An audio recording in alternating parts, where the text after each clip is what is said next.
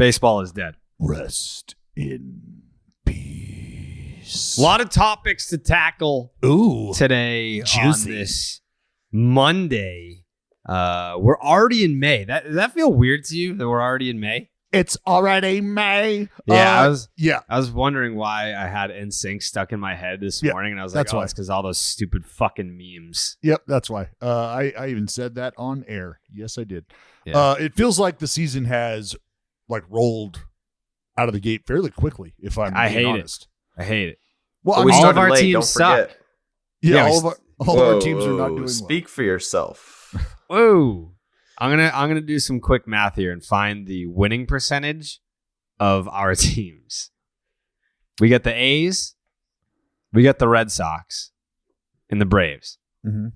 No one's doing particularly well, No. if we're being honest. No, I believe. I'm going to say it right now. Yeah, I feel like the Oakland A's are the best team all right. out of our three teams Nope, right now. not true. No. Winning percentage wise, is that not true? I mean, where are you guys? No. You guys have the best winning percent. All right. Okay. Our combined winning percentage. Fair statement. Yes.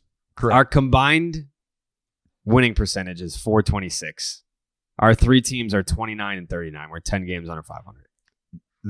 Not good. Not good. Things would be looking a hell of a lot different for the A's right now if we wouldn't have just got swept by Cleveland. Or traded your whole team. That also probably has something to do with it. What's that? Trading the whole team. Trading the whole team. That lose, definitely doesn't help. No, chance. You lose a guy or two here or there, Joe. That impacts things. They're not done either, because once the Red Sox land Frankie Montas. Listen. Yeah. Listen. No, the Red Sox, buddy. The Red Sox are like 5 Frankie Montoses away from. That's not true. what they need to have going. I would like to. Can I make a statement? All right. New segment. Oh, new segment. Here we go. Can I make a statement? New segment. Each one of us. It's kind of like the throwback to the Homer Minute. Each one of us is just going to make a statement on why we think that our seasons are not over. Joey, I'd like to begin with you. And also, write this down, Jake. We should go to DraftKings and try to do some sort of prop bet. Like, will the combination of our three teams, what are the odds on our combined record finishing above 500? What are the odds of the Red Sox, Braves, and A's finishing with a record, a winning record? Like, we should be able to bet on that in the sportsbook. Yeah, we'll talk about that in the meeting tomorrow. So what's the statement, Joe? Joey, go ahead. Well, it's pretty easy. Fucking Ronald Acuna is the best player the past 100 years, and he has returned. Mm-hmm. And he's looking like he hasn't had spring training. Has he had the best at bats? No. Is he going to turn it on against the Mets for the 4-game series starting today? Yes. And he stole 2 bases his first game. Mm-hmm. He's back. And he's back. On top of that, Soroka, his ankle any day now. Any day now. Any day now. I've been battling an ankle myself, so I know, like, you just start stretching it out. I'm doing it right now. You get a band like this. Mm-hmm. You start stretching it out. It does wonders. And I think once he figures that out, I mean, I'm shooting for June. So Soroka and Acuna, that's a difference maker. I think we should get Soroka on the podcast, because I don't think there's any chance that he's aware that all you got to do is stretch it out.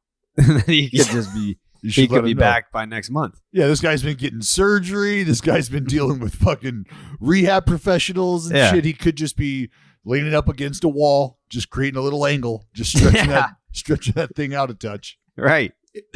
Next thing you know, boom, the Braves are back, baby. Well, I think my statement is very easy to make.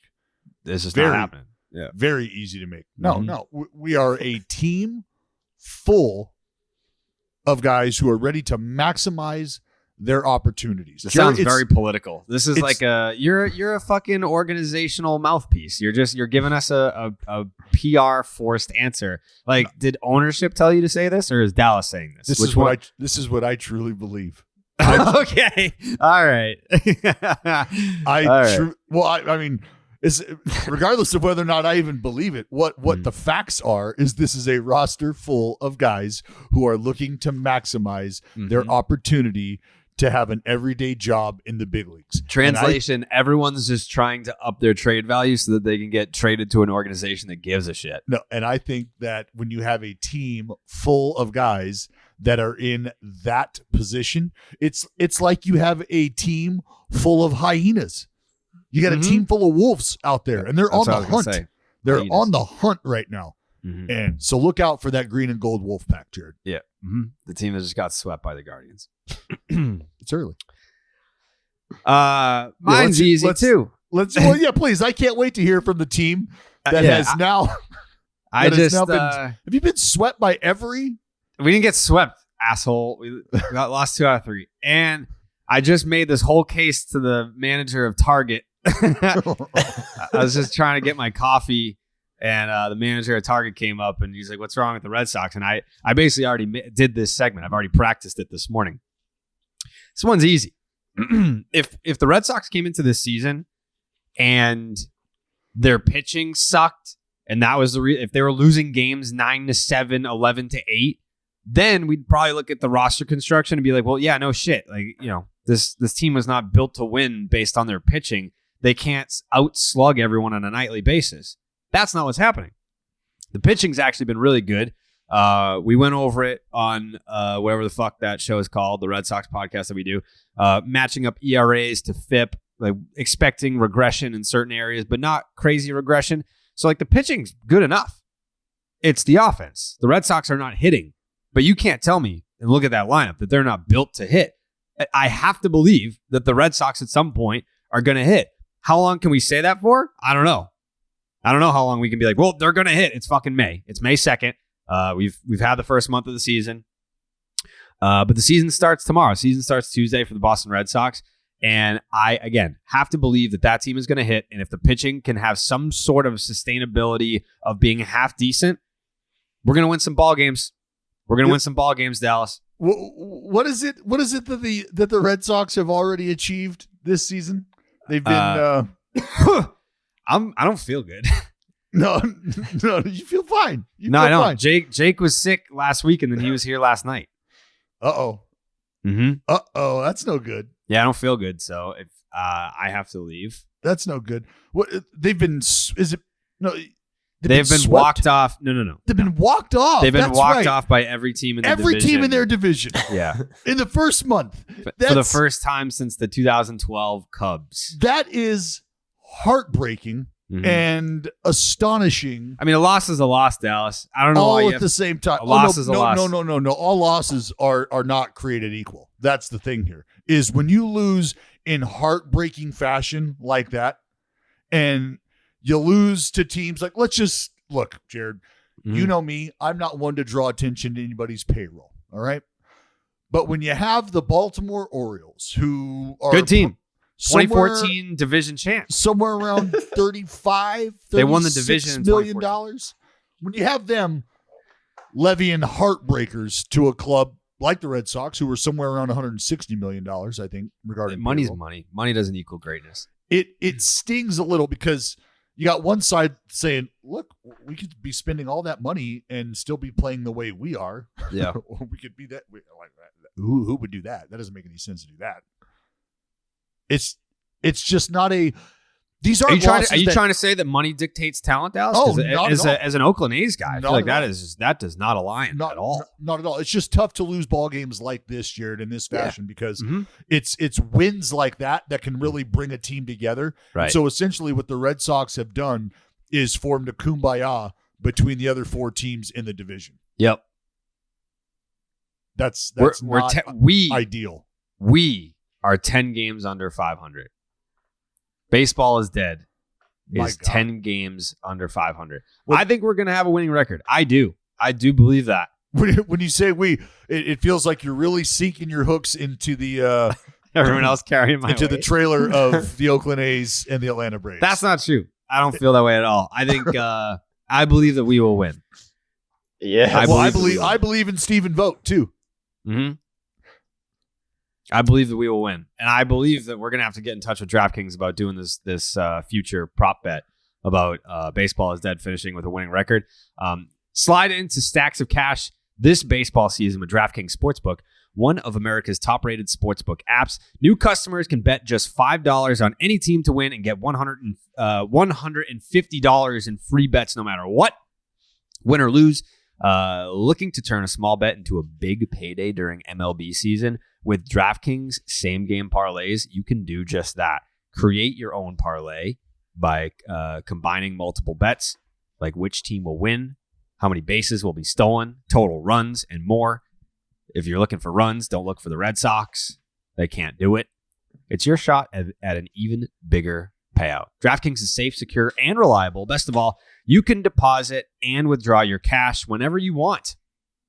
All you got to do is download the DraftKings Sportsbook app right now. Use the promo code Jared, Jared. Bet just $5 and get $150 in free bets. Why would you spell out the word? Just put the number 150. $150 in free bets, and no matter what happens on the field. That's promo code Jared at DraftKings Sportsbook. Minimum age and eligibility restrictions apply. See the show notes for details. We have a shit ton to talk about today. I'm just gonna run down. We're gonna be talking fucking Mike Trout and comparing him to Griffey. We're gonna get some Mets talk in there. A-Rod had some ideas. Dallas fucking loves A-Rod. If A-Rod was commissioner, Ozzie Guillén responded to Joe West's comments that he made on this podcast. We have to touch on the Trevor Bauer thing, unfortunately. Little college ball talk. Kershaw doing the damn thing. More Orioles talk, believe it or not. Yes. We will get to the New York Yankees and their 9-game winning streak and some other shit. There's a lot of other shit that we have, and more. So yeah, I got a couple little fun little tidbits. Nothing too crazy that we need to get into. No, just the romance side of the game. Yeah. Joey put out a new video on Baseball Doesn't Exist, his YouTube channel, about Madison Bumgarner. I feel like that one would really hit home with you, Dallas. I feel like you're like a not like a secret admirer of Madison Bumgarner, but I feel like Mad Bum holds a special place in your heart. Oh, he holds an extremely special place in my heart. I'm all for the I'm a big fan of doing away with numbers and just falling in love with performances and moments and things like that. Like, I appreciate fans who are like, I don't care that my favorite player has like a fucking 5 career ERA. I don't care that my favorite player is like a career 220 hitter. You remember this home run they hit in this moment? That's why I loved it. Like, I like that. I appreciate that. So Mad Bum gives you a little bit of both when you're thinking about the World Series lore, right? The postseason legend that is Mason Saunders. So yeah. So I don't like, I love that he is still the old curmudgeon on the mound. Like, you hit the homer, put your head down and run. And it's like, yo, Mad Bum, we got grandmas in like 60 and over leagues bat flipping each other, bat flipping walkers, like not giving a fuck, right?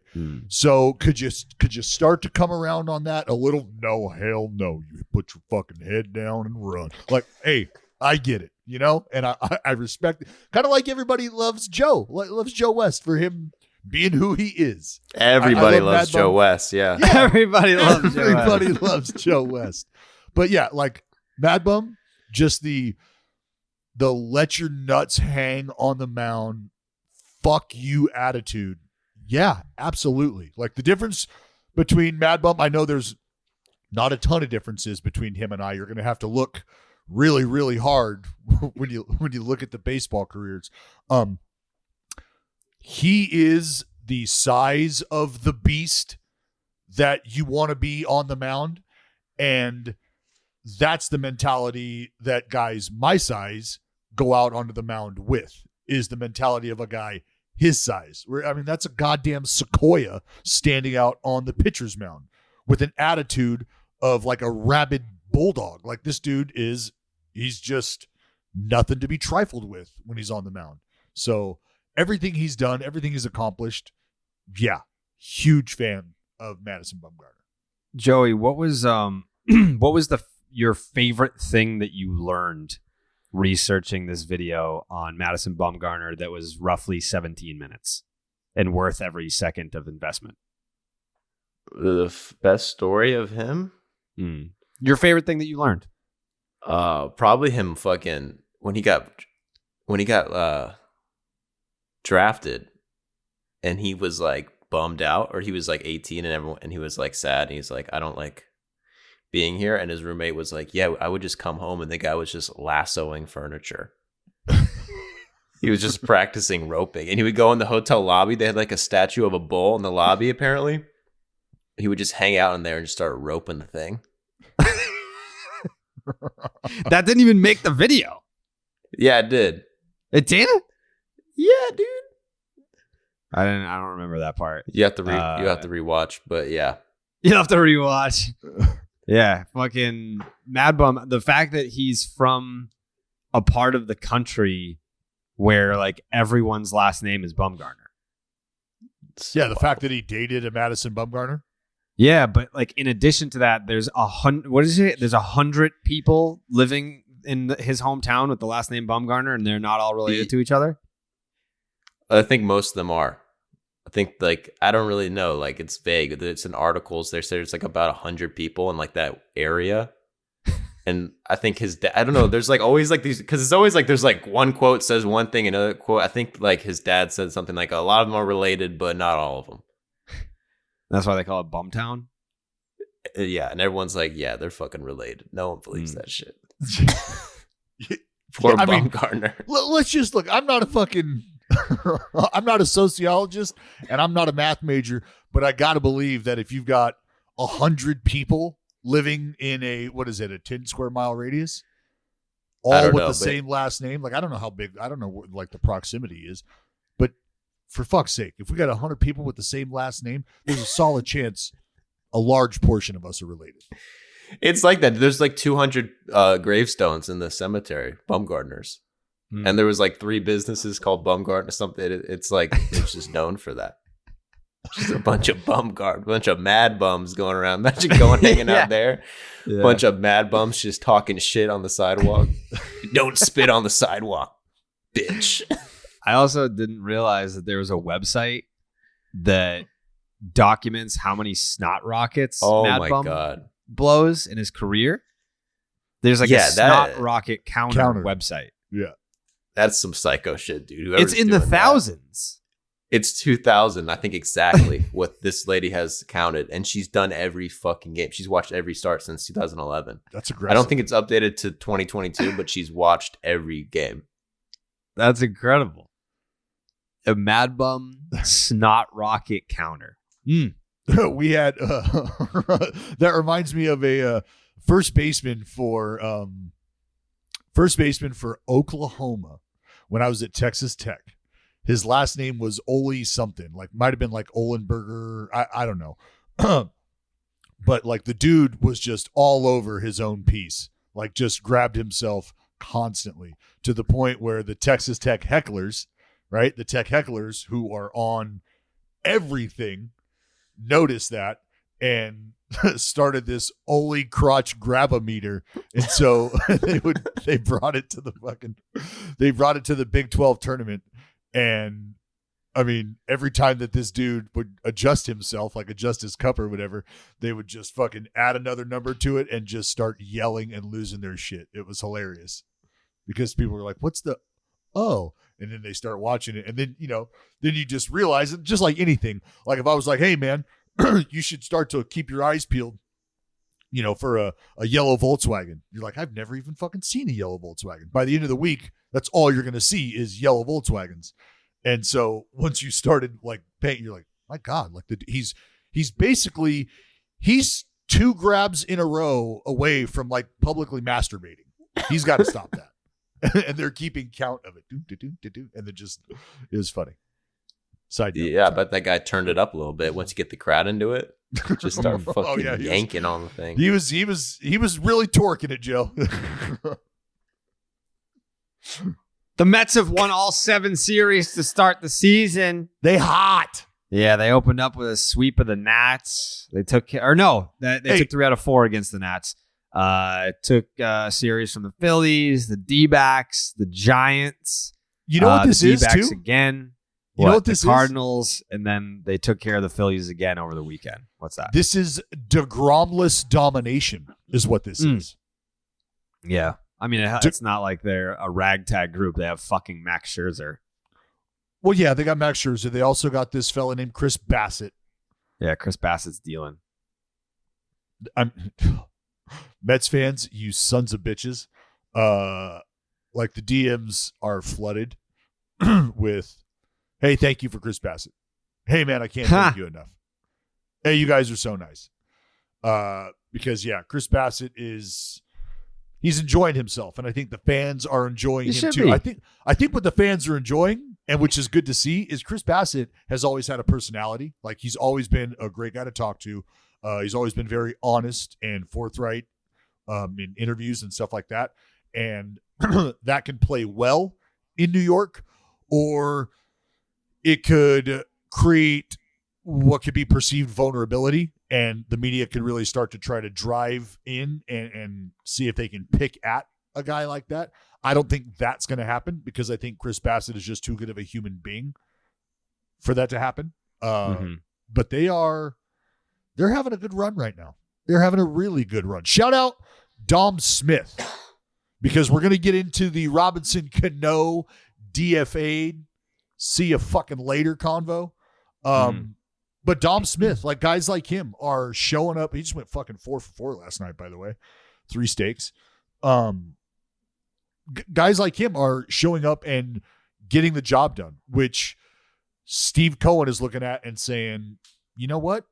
I like the whole like nucleus feel. I like this core feel, and I like guys earning it. And did it shock you, the Cano DFA?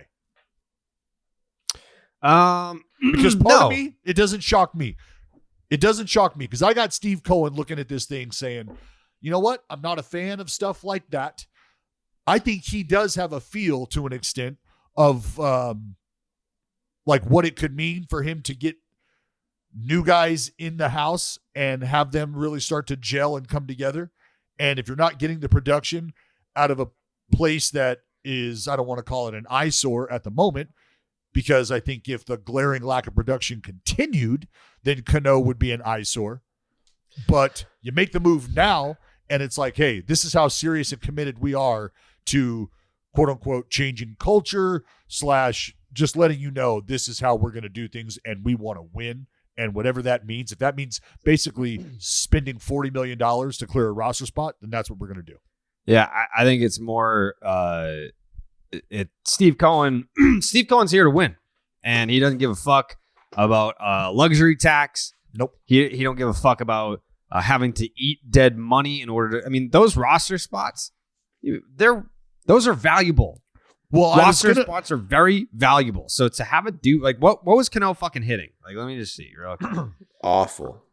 Robinson Cano at the time of his DFA looks like 43 plate appearances, was hitting a buck under 95. Yep, there you go. With a 501 OPS, punched out 11 times with 2 walks.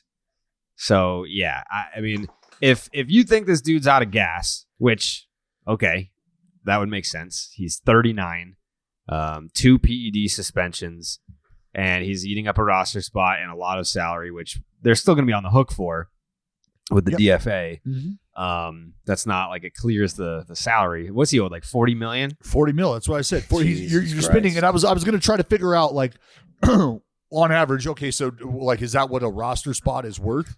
Like, not really. You can't do that. I mean, you're going to be clearing the luxury tax by a whole lot of money if so. But $40 million to go home. $40 million. Like, sorry, dude. I've seen enough. We're all good here, and whatever sort of impact that you could have made on the clubhouse or in the clubhouse, that has probably had a ceiling put on it based on your transgressions. So I don't think you're a voice worth keeping around any longer.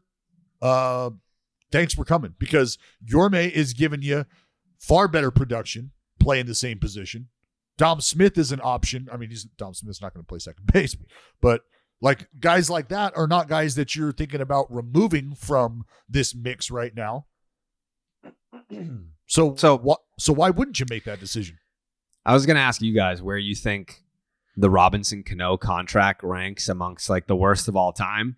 But so he left the New York Yankees after the 2013 season. And that was when the Yankees went out and signed Jacoby Ellsbury instead of keeping Robinson Cano. And we all know the Ellsbury contract was, maybe besides the Josh Hamilton contract, it's like Josh Hamilton. The Red Sox have most of them. Josh Hamilton, Pablo Sandoval, Carl Crawford, Jacoby Ellsbury. Some combination of those are the worst contracts of all time. Maybe I'm missing one, but those ones are the ones that stick out in my mind. But Robinson Cano had the 2 PED suspensions. So he only played 80 games in 2018. And he missed all of last season. But if you look at the numbers, when he did play, 291, a 347 on base, and an 815 OPS in 872 games between the Mariners and the Mets. That's pretty good. 3 All-Star teams, 2 top 10 MVP finishes. Like, I feel like the way that it ended, like when you get told to go home, like, hey, we're going to pay you $40 million to get the fuck out of here. I think that the recency bias will have people thinking like, damn, like the 2 PED suspensions, and then he basically got told to fuck off, and they were willing to pay $40 million to make him fuck off. That on the surface could make you feel like, well, that was a disaster of a contract. But then when you look at the actual numbers, what he did, and granted, he was on PEDs for some of it, if not all of it. Yeah, I mean, those are pretty good numbers. I mean, they're good numbers. There's nothing to scoff at. But your point that you just made, the point that I made earlier, like you don't know how how full of integrity that production was. But is the 2 top 10 MVP finishes and the 2 All-Star appearances after leaving New York, is that enough to validate the contract? Is the near 300 slash line, 300, 360, 800 slash line plus? Like, is that enough? No, but it's like none of those contracts, because that's why no one even gives those contracts anymore. Does any player who signed for that type of deal ever like live up to it? He got 10 years, 240. Oh, that was less than I thought. Yeah, 10 years, 240. Well, because that was one of the first like decade-long contracts handed out. Yeah. And he didn't make it the 10 years. So who knows? Yeah, like if he gets like a a minor league deal somewhere, like that's part of the 10 years. You have to also tack that on. Well, here's the thing. If you have the cloud of suspicion surrounding what you've done over that period of time, and you miss an entire fucking season almost because of that, like, it's tough to call that a win. I'm not calling it a win. I'm not ready to put it in the category of worst contracts ever. Like, bro, you missed a year because you cheated. I say he was trying too hard. Like, that's, however you want to categorize it, however you want to phrase it, you missed a year from trying too hard. You missed a year, though. Story of my life. No. I try too hard. No, that's not the story of your life. Yeah, it is. Yes, it is. You are trying. Yes or no, Joey? Robinson Cano contract. Fail, success, or somewhere in the middle? That's fail for sure. He never even played on any team that was good. I mean, how did he help the Mariners? They just kind of fucking sucked, even if he was good on them. He paved the way for the J-Rod show. Yeah. That doesn't happen without Robinson Cano. Yeah. Cano had to crawl so J-Rod could walk. Yep. On the Mets, he did good in 2020, so everybody kind of hates him. He did. His like the fucking abbreviated season in 2020, Robinson Cano hit 316 with an 896 OPS. Granted, he was on steroids, but that's impressive for being 37. He's got a good swing. That's the one thing. It looks He's got a cool. very pretty swing. It's a Hall of Fame swing. Dallas, you're 37 right now? Yes. Could you hit 316 with an 896 OPS in the big leagues? Probably not right now. No. All right. So then would you say that Robinson Cano deserves some credit for what he was able to do at the back end of his career? Jared, it's just tough to validate that production knowing how hard he tried. Yep. A career wins above replacement of 69.1. That puts you in Hall of Fame territory. That's right around where Beltran is. I loved watching Robbie play because I loved watching him in the field. Yeah. Because me too. So smooth. Well, yeah, just smooth and effortless. And I mean, if you like really spend time watching video of him, like you can see the effort is there, but he just makes it look so fluid. And it was fun to watch. It was fun to watch. I mean, all jokes aside about the PED usage. Yeah, dude, I think anytime you are an elder statesman in the game and you're dealing with the separation between what your body can do physically every day and the new shit that is in the game, meaning the new fastballs, the new movement, the new sliders, like all of the new velocity, all of those things. Those are things that send a guy home very quickly. That's what forces you to take it to the house. Like, sorry, I can't hit that any longer. I can't do that anymore. I can't get to that pitch in that spot. So yeah, for better or worse, I mean, it wasn't a bad run, but a lot of clouds over why it was as good as it was when it was that good. And I don't think there's any question as to why people believe it's as bad as it is now, because he's just not able to try as hard. All right. So yes or no, would you vote for Robinson Cano for the Hall of Fame? No. So you don't condone it? This is where, man, like I don't want to get into this whole PED like Hall of Fame conversation, but would you vote for Manny? There's discrepancies. Would you vote for Manny? Former teammates. So you're ready to spit but dude, on in the face of one of your former teammates. That's kind of a more it's not bad that. I mean, but then the counter to that is, didn't he kind of spit in the face of baseball and everybody else he played against? I don't think so. Well, you don't. He came clean, Dallas. He came clean. Yeah. First of all, he's a fucking man of God. So how dare you? Did he? Second of all, yeah. Did he come clean? Yeah, I think so. Yeah, I don't think he appealed the suspensions. He said no. He retired. Said I'm good. He said fucking peace. Yeah, I'm done. I'm tired. Back hurts. Fucking peace. See ya. No, and then what he did, he came back and he grinded. I'm retiring. Yeah. You can't fire me. I fucking quit. Manny's still playing baseball somewhere. So could you do that? First of all, Manny tested positive for a women's fertility drug. He was trying to get pregnant. And no one. Man, hey, how about this? Shout out to Manny, way ahead of the birthing people title. That's what I'm saying. That's getting thrown around, right? Like everyone wants to get on Manny for taking steroids. He tested positive for a women's fertility drug. That's what he tested positive for. Never tested positive for steroids. Never tested positive for HGH. It was a women's fertility drug. And some fucking science geeks are like, oh, like if you take steroids, then you like all steroid users take a women's fertility drug to kickstart your fucking body's natural testosterone production. Who even knows if that's true? Like anyone can say that. The guy anyone you get can your say steroids that from at the gym in Boston, the guy who told you that, is Salem. He knows it.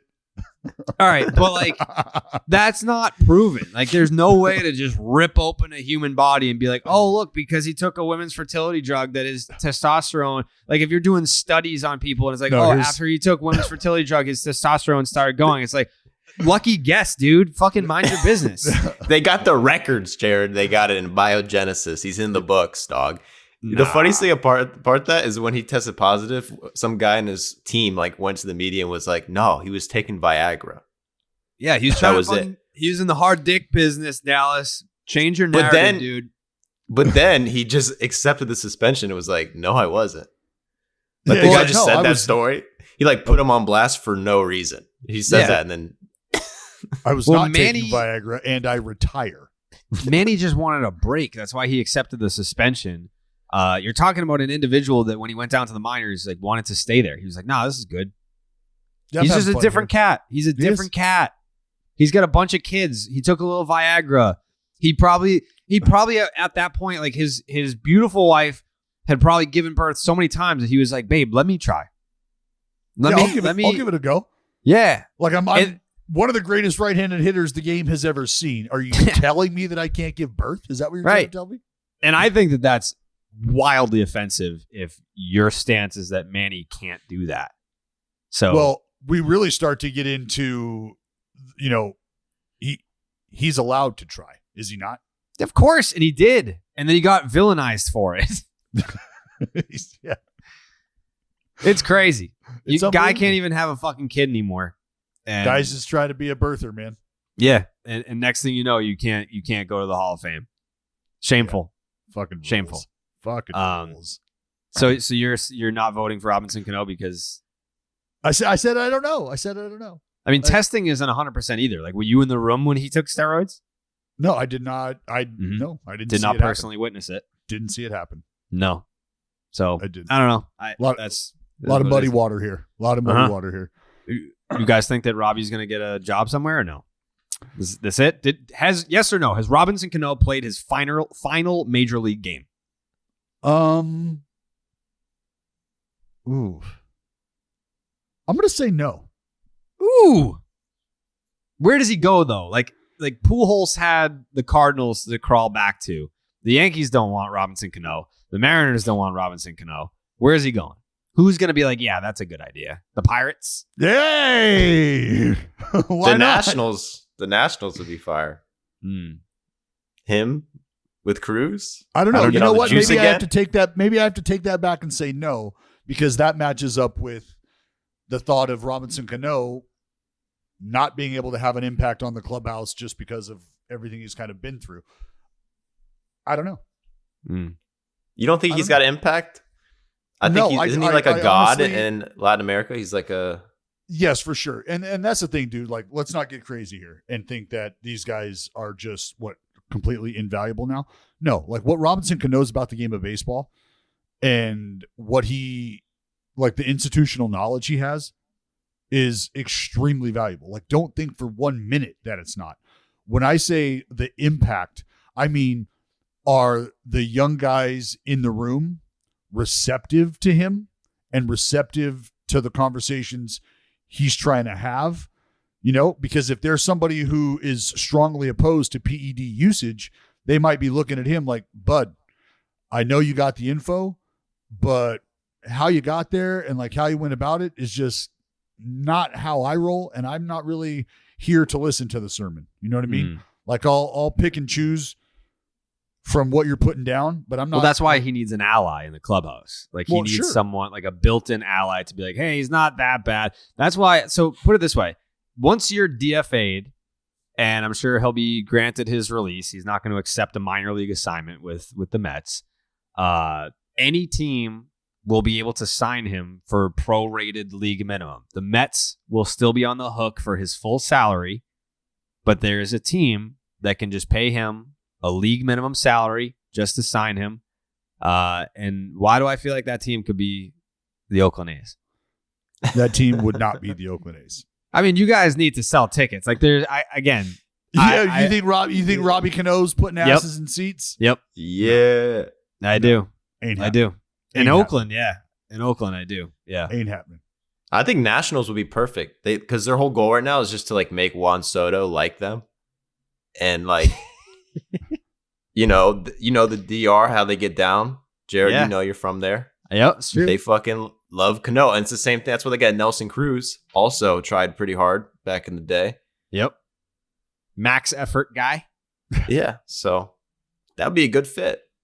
I think it's a great fit. They do want to keep Soto happy.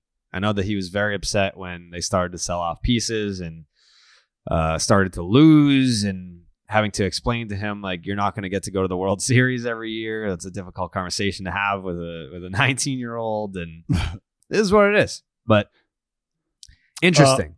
Did you? I'm sure you guys saw. I'm sure you guys saw the cool moment with the Contreras brothers exchanging the lineup cards. Yeah, that's cool. At home plate, you guys see that? Yeah. Saw the Gurriels do that. Mm-hmm. The Rogers bros. Mm-hmm. So we've had 3 different sets of brothers in baseball playing against each other, which is awesome. Mm-hmm. But it led me to a thought. What would your dream job be with your sibling? Like, so Jared, this would be like your sister. I don't have a sister. Getting to the big leagues in softball and you being on the same softball team as her. Yeah, I don't have a sister though. So I can have this is like a hypothetical, like if I had a sibling type deal. Yeah. Like let's just say you had. Hypothetically, I had a brother. Mm-hmm. Well, no, a sister. I think. Yeah, hypothetically, you had a sister. That's what I went with first. I don't want to change it. Like, let's stay there. Let's just say like brother, because that's like the theme of like what you were building off of from like the brothers in baseball. So, can you ask the question again? If I had a brother, what's the question? What would be your dream job with your sibling? Like, ooh, you get to do. Oh, this, that's an easy one. You get to do this every day. Oh, Dallas, easy question with your sibling. WWE. Like tag team partners? Oh, like you would be tag team partners, but then like when you split up, that's like the ultimate rivalry. It's like, oh, brother versus brother. Like it's Kane and the Undertaker. Kane and the Undertaker. I was just like you would have the greatest built-in rivalry story. Matt and Jeff Hardy. There's some great brother tag teams. The Hart Foundation. I don't think that anyone were brothers, but they were related, I guess. Owen Hart and Bret the Hitman Hart were brothers. I was thinking about Bob Valentine or what? No, what's his name? Fucking Jim Neidhart.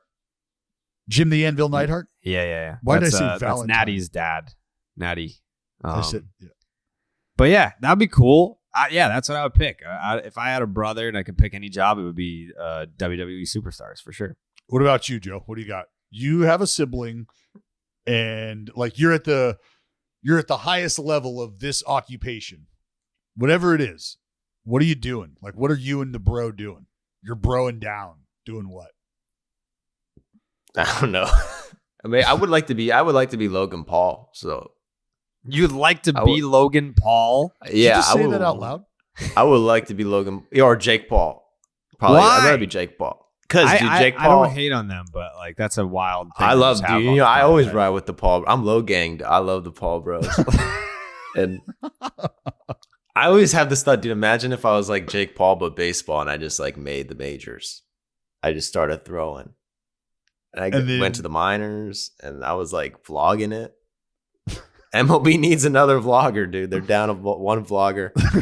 I could be the next guy up. Oh, I think they're looking for. Wow. I go up there, that start did doing. not go over my head. He's throwing. If I had a 6 slider or something, you know, Jake Paul didn't box until recently, and he's doing pretty good. That would be awesome. Yeah, my bro could be the catcher. Just the most dynamic battery in big league history. Yeah, I could see it. What about you, Jake? What do you got? You and your brother. Just broing down at the top of the pyramid. What is it? What are you doing?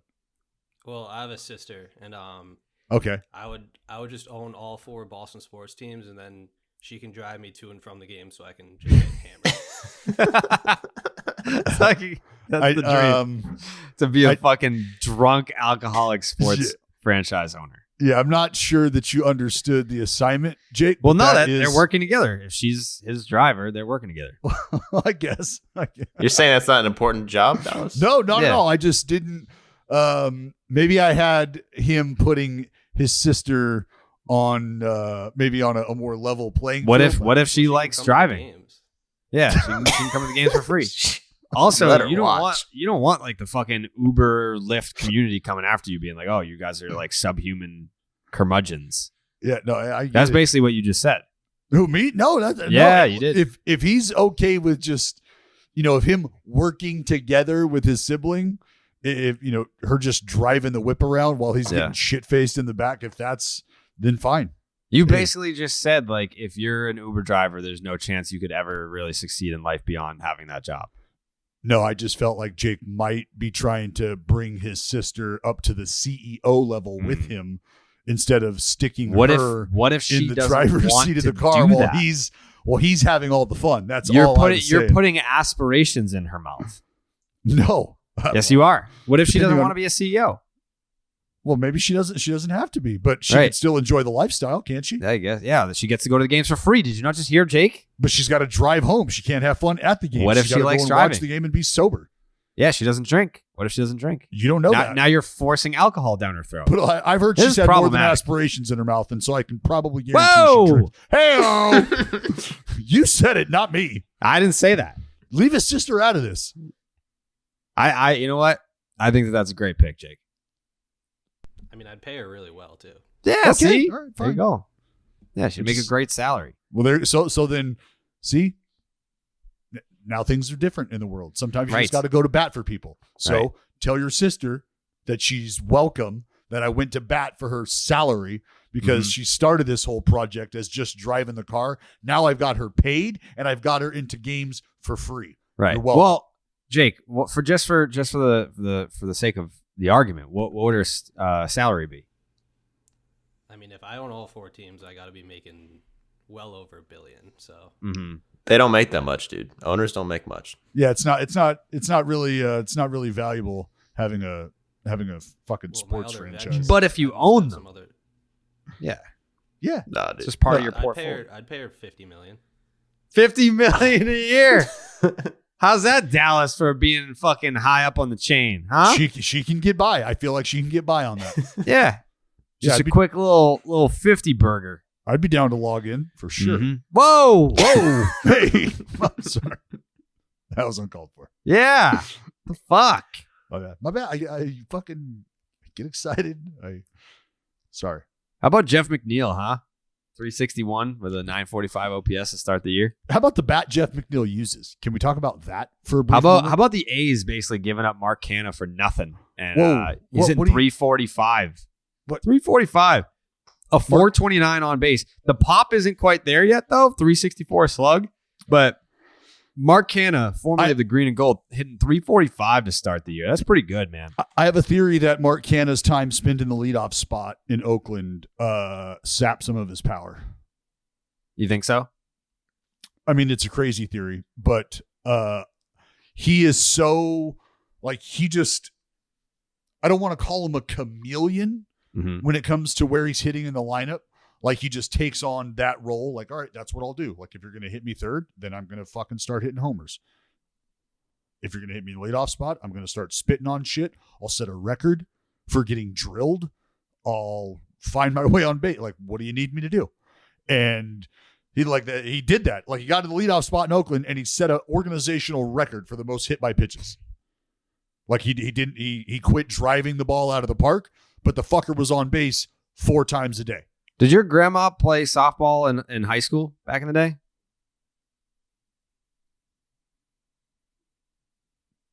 No, she didn't even go to high school. Oh no, she did go to high school. Oh. Yes, She mentioned but something about setting the record for getting drilled, too. No. Chill, Jared. Cut that out, Jake. That was fucked up. You better cut that out. Dude, he's so proud of himself right now. So proud of himself.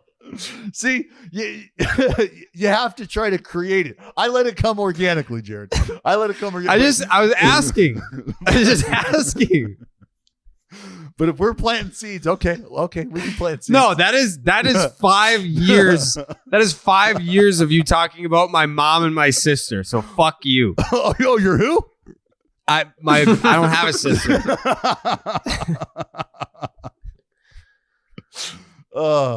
Don't get mad at me because they came out to LA and we had an incredible lunch. They were just in the together. neighborhood. They're just in the neighborhood. That is not my fault. They're just in the neighborhood. Could tell you're not over it. Does Francisco Lindor get MVP votes this year? No, 281. He sucks. He sucks. He 281, Wow. a 369 on base, 841 OPS.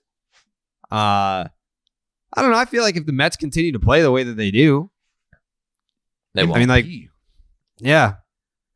Like, who would get, if the Mets are going to keep playing like this, who would be the guy that gets the MVP votes? It's Lindor. Like, obviously, like, Alonso is another guy, but he's not. We've forgotten about Pedro. I think Francisco Lindor is having a better season right now to start the year. Yeah, I really don't think that that's much of an argument. No.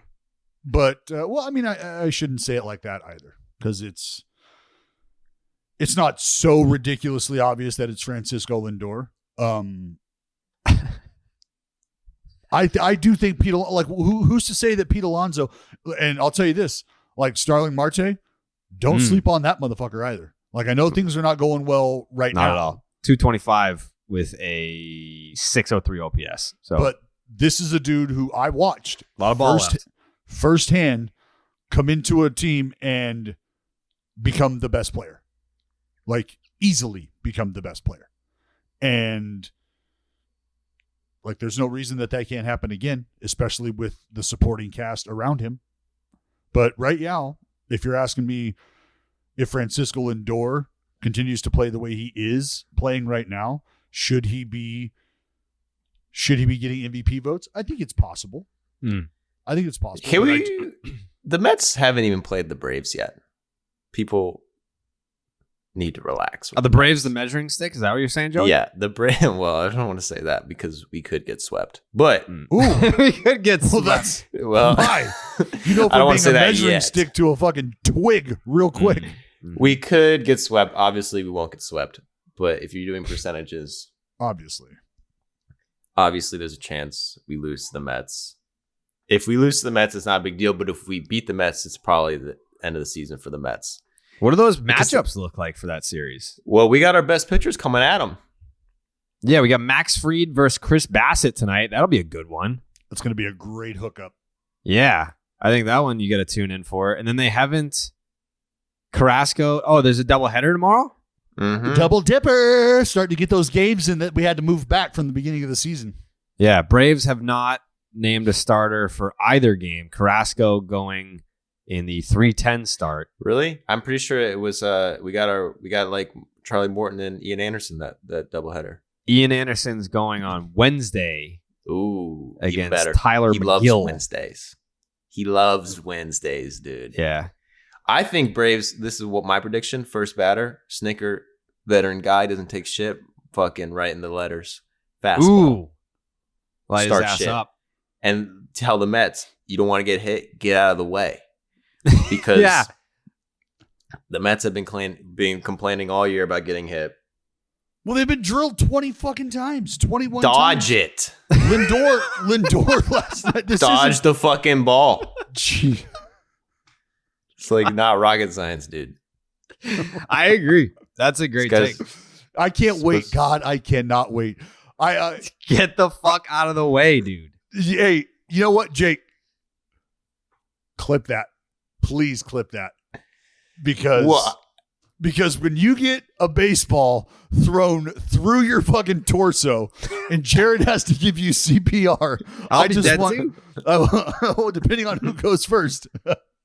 I'm going to be yelling that I'm going to have a fucking iPad that I'm going to be holding over your face when you are gasping for air and like you're just grabbing your rib cage like, that is what it feels like. It does hurt. I'm just going to play that. Well, that won't make any sense because the point is to get hit. I'm not going to try to dodge it. But if I wanted to. It'd be that easy. I'd do a fucking we might even have a little competition. Maybe I'm not a type of guy who does get out of the way. I wear it for the team. Oh, okay. Maybe you get drilled, and then from there, I pay you if you can get out of the way. We'll see how that goes. I'm not the type of guy that gets out of the way of a fastball on purpose. Yeah, we'll see about that. We'll see about that. Speaking of fastballs, wait. How many pitchers have reached out to you to sign up for this? There's been a few. Like active? There's 4 active guys that have reached out that are like, okay, yeah.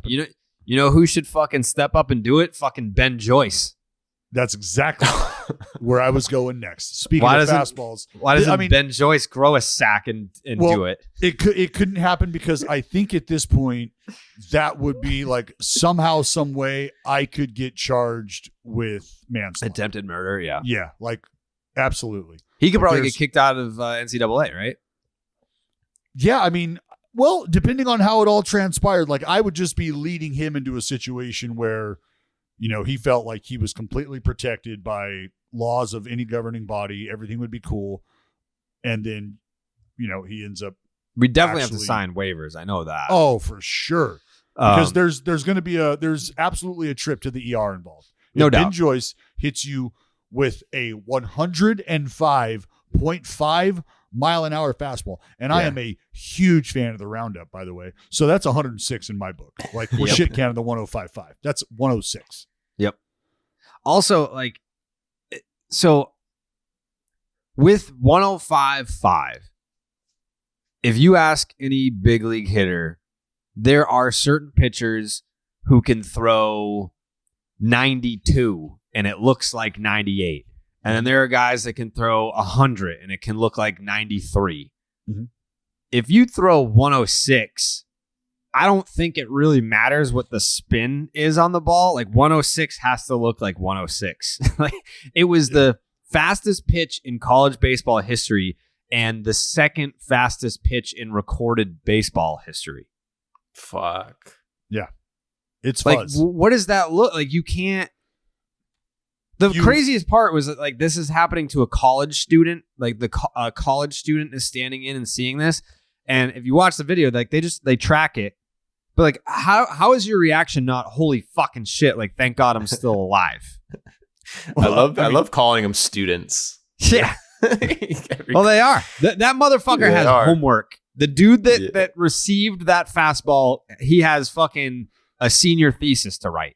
Yeah, that's what I always say. Joey, these guys, like Ben Joyce is out here carving up guys that are doing book reports. Mm-hmm. Like Ben Joyce is probably doing book reports too, but like he's carving out people that are going to be going to lab, and he's carving out future fucking lawyers and shit. Like, not to say Ben Joyce is not going to or isn't capable of doing any of those things, but I don't see any lawyers dialing up 105 right now. Mm. And that fucking dude is undressing the competition. Undressing the competition. I've said it before and I'll say it again. I would be in jail convicted of many crimes if I threw 105. If I could throw things 105 miles an hour, there'd be fucking holes all over the place. All over the place. How old is he? Is he going to be drafted? Yeah, I say he's got a shot.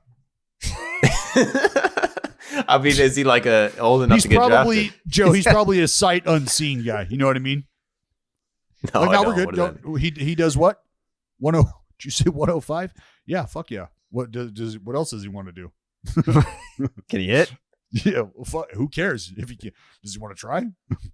The question was more like how far along in his academic career is he? Because I know there's rules. Far enough to get drafted. So he's a junior, right? Isn't he have to be a junior? Yeah. And all the fucking weirdos that are like, oh man, he throws that hard, his elbow's gonna blow out, blah blah. He's already had Tommy John surgery. Not to say that you can't get it twice, but the people are like, he's gonna blow out. It's like, well, no, that's already happened. Those are assholes that we don't. And just weird weirdo behavior to like root for that or put that out into the universe. He follows me on Twitter. That's pretty cool. Let's fucking. I'm gonna throw him fallback.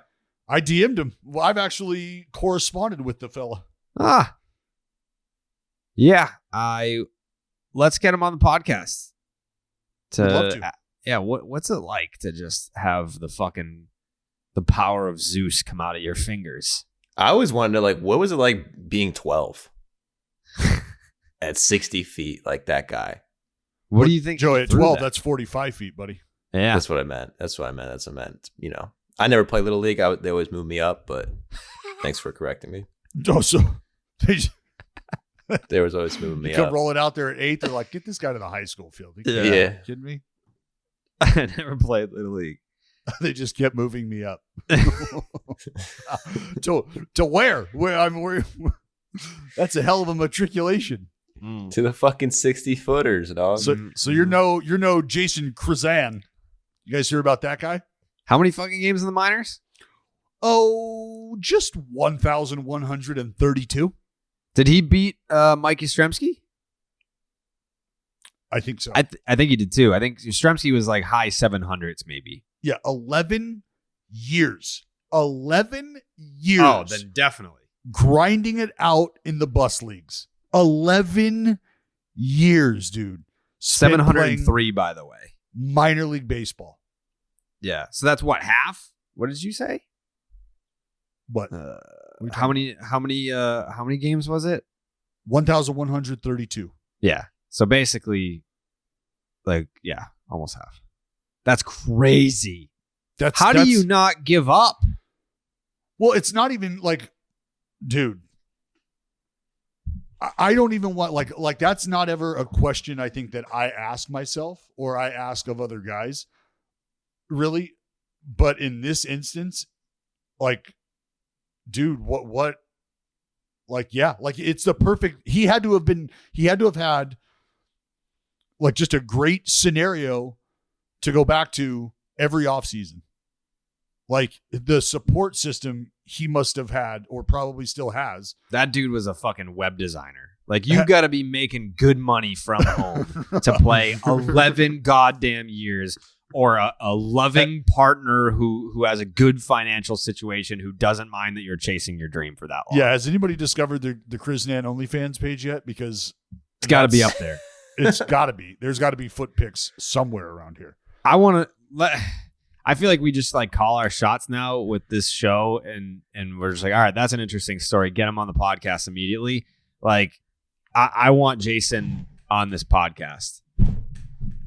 I would love to talk. I mean, dude, and that story, like, and it's really cool because guys like that, you have a soft spot for. Like when guys like that get to the big leagues, the big league clubhouse wraps their arms around this guy.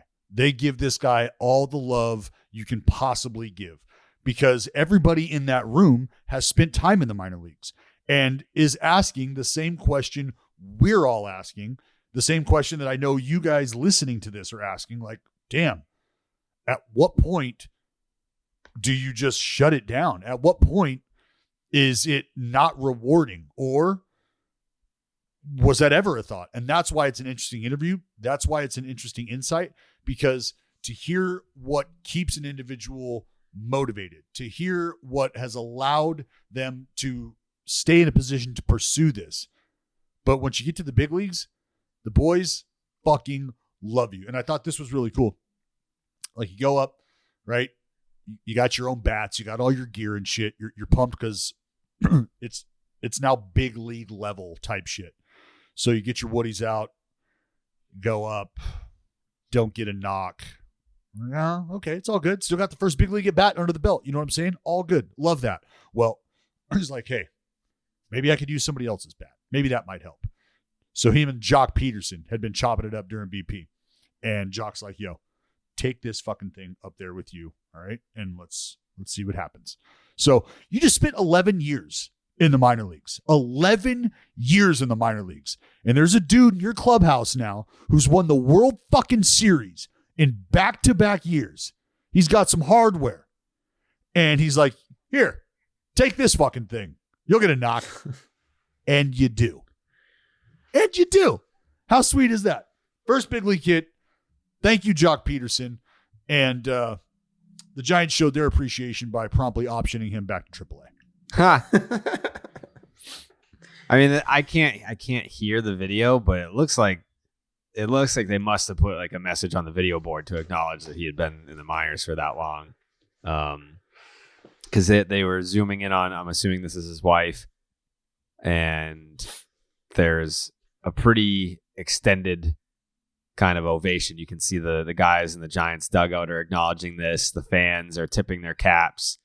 You don't do that just for like a first. I mean, I guess you do kind of see that for a first big league hit from anybody, but I'm assuming that they put up some sort of message to be like, yeah, this motherfucker's been in the minors for 1,132 games. The Braves had a guy with a crazy minor league thing last year. Came up for like 2 games. I don't even think he got a hit, but he got a ring. That's cool. I think it was like 10 years around there. Damn. So congratulations to Jason. I believe, is it Krizan? Krizan. No, there's no name. There's no in before it. Yeah, Krizan.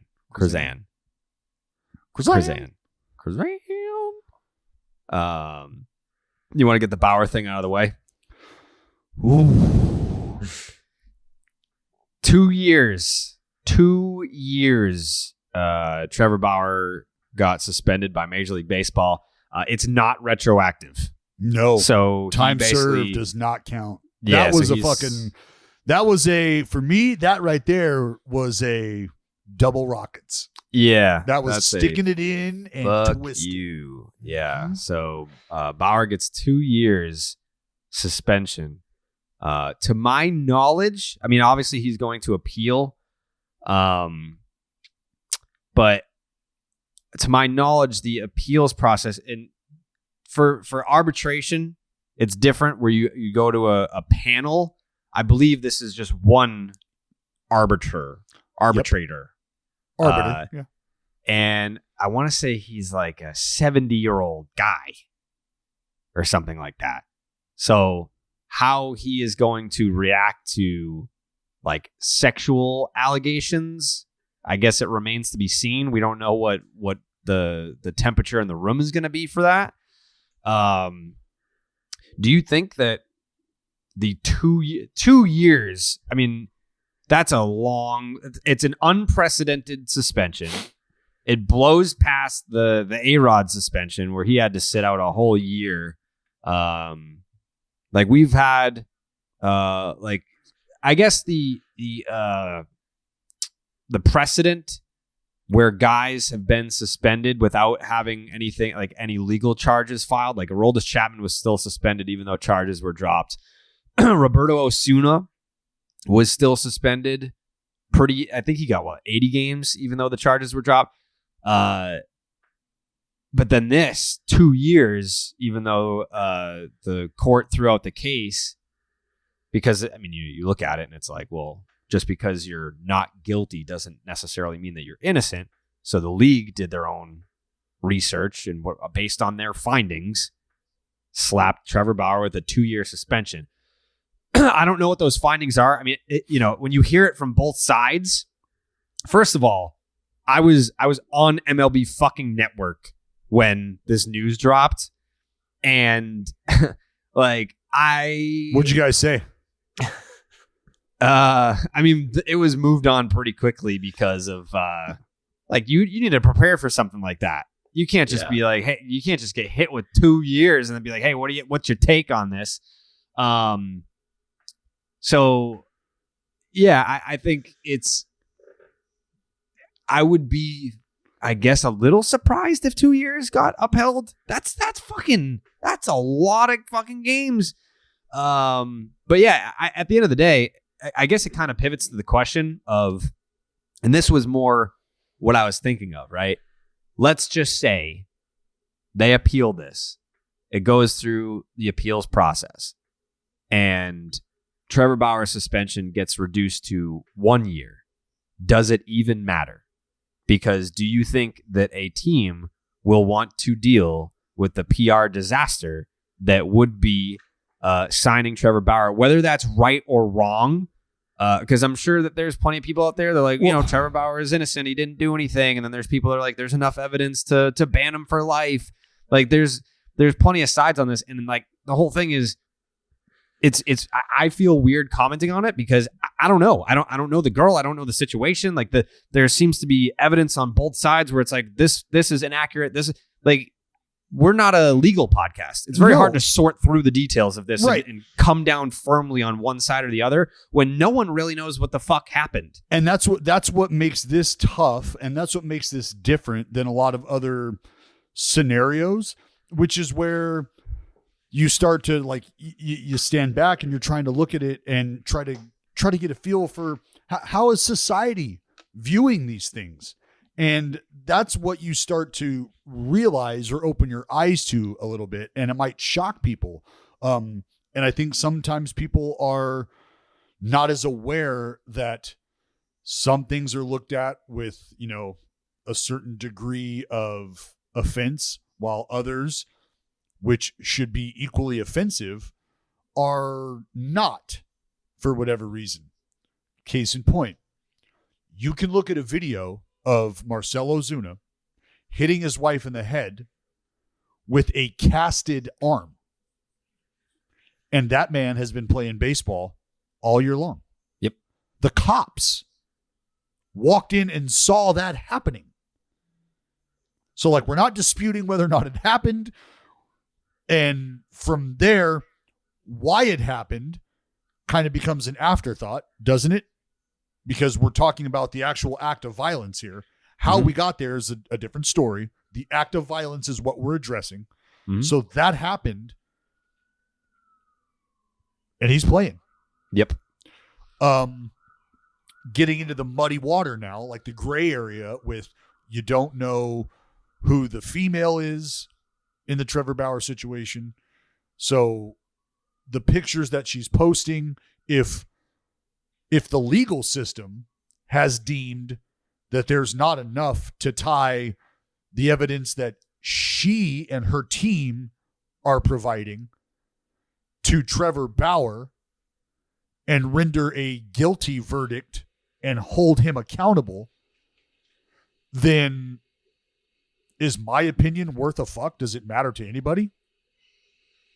Does your opinion so from there it's so difficult in a he said she said. That's why I'm hoping for some more clarity after the appeal, because I think we can all sit here and acknowledge, whether you like Bauer or not, that there is an axe to grind on behalf of the league. The league does not like Trevor Bauer. They don't like what he stands for. The time served thing, that is, you can thank the Bauer wearing his logo on the TV. Cleats. You can thank everything.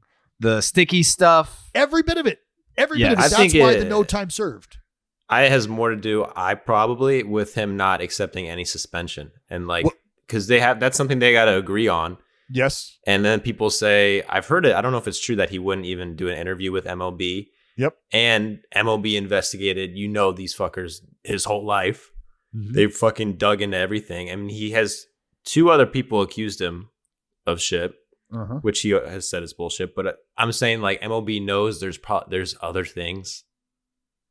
It makes it more complicated than one incident. Oh, no doubt. No doubt. So think about that, Joey.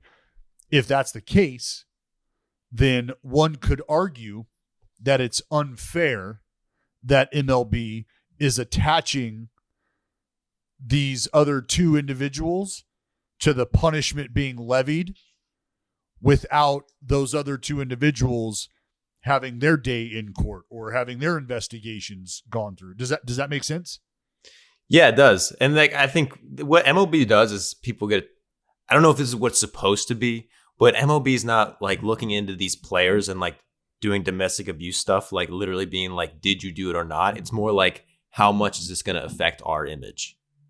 There's a lot of talk about about one of the franchises that is the face of the sport in the Dodgers, somehow, some way being able to benefit from the suspension that has been levied, which means they're no longer on the hook to pay the remainder of Trevor Bauer's salary. And our MLB and the Dodgers in bed somehow, some way to be able to, receive that financial alleviation. There's conspiracy theories about that. But just back to the case, and like I was saying, you could argue that it would be unfair that if this is the 2-year suspension, that it's coming because MLB knows that there's other shit that's out there, and they're look, whether or not those people are going to pursue it, we don't know, but we know about it. So we're factoring that in to this decision. Boom, he's going to wear it. You could argue that would be unfair. But you could also understand why MLB would say, we feel like we know who this guy is based on what we have found. And we're not going to wait around for these other people to come forward publicly. We've done our due diligence. We've done our investigation. And here's what we got. And he's going to fucking wear it. Like it's tough because the biggest But they did come out publicly, those two other people. I mean, like legally, like have they pursued legal action yet? I don't know. I don't think so. That's what I meant. If I said publicly, I meant legally, like started the legal process like this first individual has. Mm-hmm. Yeah. That's why so the main point though. I am hoping that this arbitration process, the appeals process, provides more clarity on the situation because we know the league does not like Trevor Bauer. Trevor Bauer does not like the league. So if this is a third party, that they will have to examine everything from both sides and make a decision. So, I mean, I guess like for people like us that are kind of just like standing here on the outside and it's a he said, she said, I'm sure it's a more thorough investigation to really look at the appeals process here and make a decision as someone that is not affiliated with neither Bauer or the league. So I guess where that falls is kind of where you can place your judgment. But have you guys like talked to any of your female friends about this? When it first came out, yes, but not any time recently. When it first came out, yes.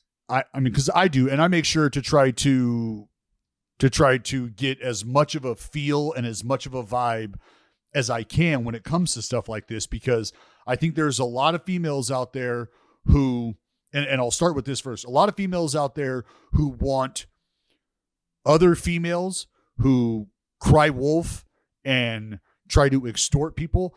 They want those women exposed. Mm-hmm. They want those women to be held accountable because it starts to muddy the water for women who have been a victim of shit like this. And it starts to make them feel like, well, every time I'm going to come forward, I'm going to be looked at like it's a money grab.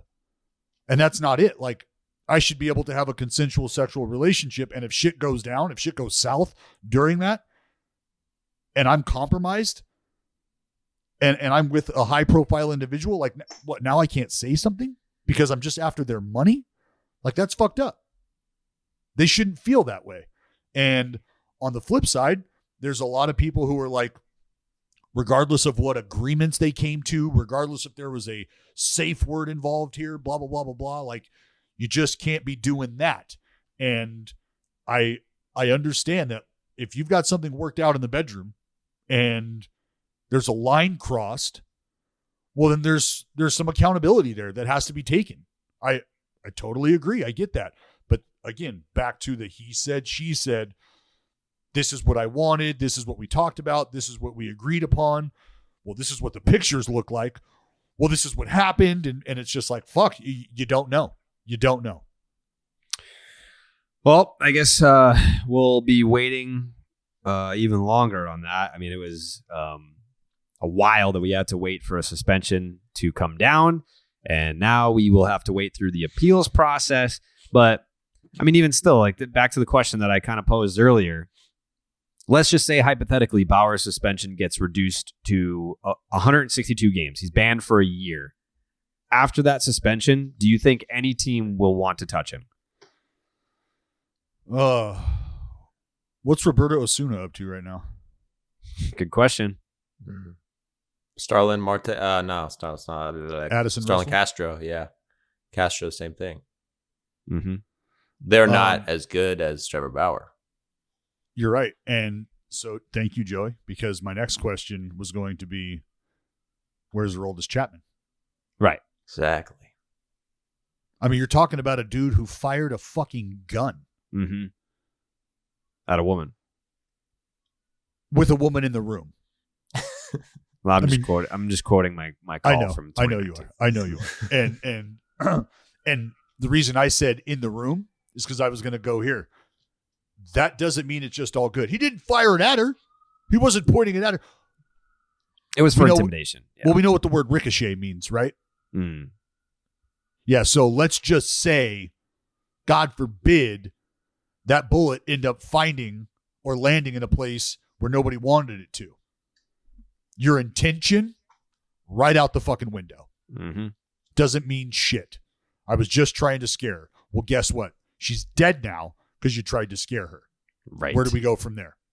Right. But thank God that didn't happen. The point is, Aroldis Chapman, who very well may be the reliever of the month, is really fucking good. Mm-hmm. And is really valuable to his team or to any team who would be willing to pay for those services. So that's the question that you have to answer. And is it fair to say that baseball has essentially answered that question for us? Pretty much. Yeah, except Bauer is kind of in a fucking lane of his own where he's just out there so much. Like, he's more polarizing than anybody. Like, fans will fucking hate that's a fair point. And this is why I said society and the way society looks at things, because I'm not saying that the wives and that the girlfriends have such an impact on roster construction that the GMs are checking in with them before they make a player acquisition. But if there's going to be pushback, that probably is known. The temperature of that room is taken. And that is something, to your point, Joey, about Bauer kind of being in his own lane with this kind of stuff. Like, certain people just have certain views on how things should be going down in the bedroom. And whether you agree with them or not, whether you're on the same page with them or not, that doesn't matter. But when those views get expressed and they get listened to, there is probably going to be an informed decision made about that. And I mean, it's like straight up, again, super muddy, super unclear.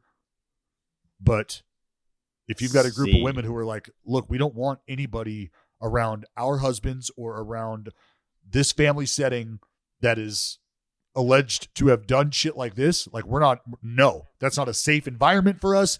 We don't feel like that's a positive environment for us. Like, well, you got to have that conversation. You're going to have to find common ground. Yeah, and I think it's even deeper than that, because I think the teams are looking at this, like, even before this shit about Trevor Bauer came out, it was like people were like, I don't know, do you want him on your team? He causes problems. He already has this reputation. I don't know if a team will sign him, but I would kind of guess no, because of all that. Even before this, people were like on the fence, like, do we want him in the clubhouse? And then now the whole public is like against him. I'm sure a lot of players and don't like him. And even before this, a lot of players didn't like him. He's just so out there on everything, so public about everything. It's just like a lightning rod, dude. You don't know what's going to happen. Yeah. I guess we'll see. And then after not pitching for 3 years, 2 years, maybe, that's even another question mark. And no spider tack. There's just so many reasons not to. There's a lot of reasons not to. Yeah. I mean, but at that point, would it be the same situation as Cano? Like, if he came back, like, would his contract be up and you'd have to sign him as a free agent, or would the Dodgers be eating the money? No, that's what this suspension does. The suspension alleviates any financial responsibility. Right. So the Dodgers are no longer on the hook. The contract is effectively over. Damn. That's wild. Yeah. Well, it's going to be a shit show, dude. This like whole process, like, remember it's going to be stuff? Like this is going to be a huge, like, think about the resume of fucking Uncle Manfred. Think about what the back of that baseball card is going to look like when it's all said and done. This guy goes to war. Fucking COVID, lockout, A-Rod, this. Like, the balls, the fucking, there is the pitch clock, the bases, 3-batter minimum. Playoff expansion. I mean, the game will effectively have been completely changed. Mm-hmm. On a lighter note, please. We had Joe West on the last episode of Baseball is Dead. And I don't necessarily know. I don't know that this was in response to our podcast. Maybe it was, maybe it wasn't. But Joe West had some comments about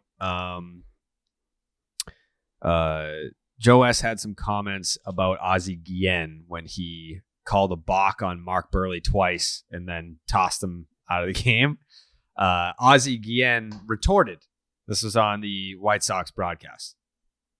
I was injected before the pitch before the first balk he made. And the reason I did it just because he gave me one of these. Yeah. And Joe is the type of guy, he think people pay tickets to watch him umpire.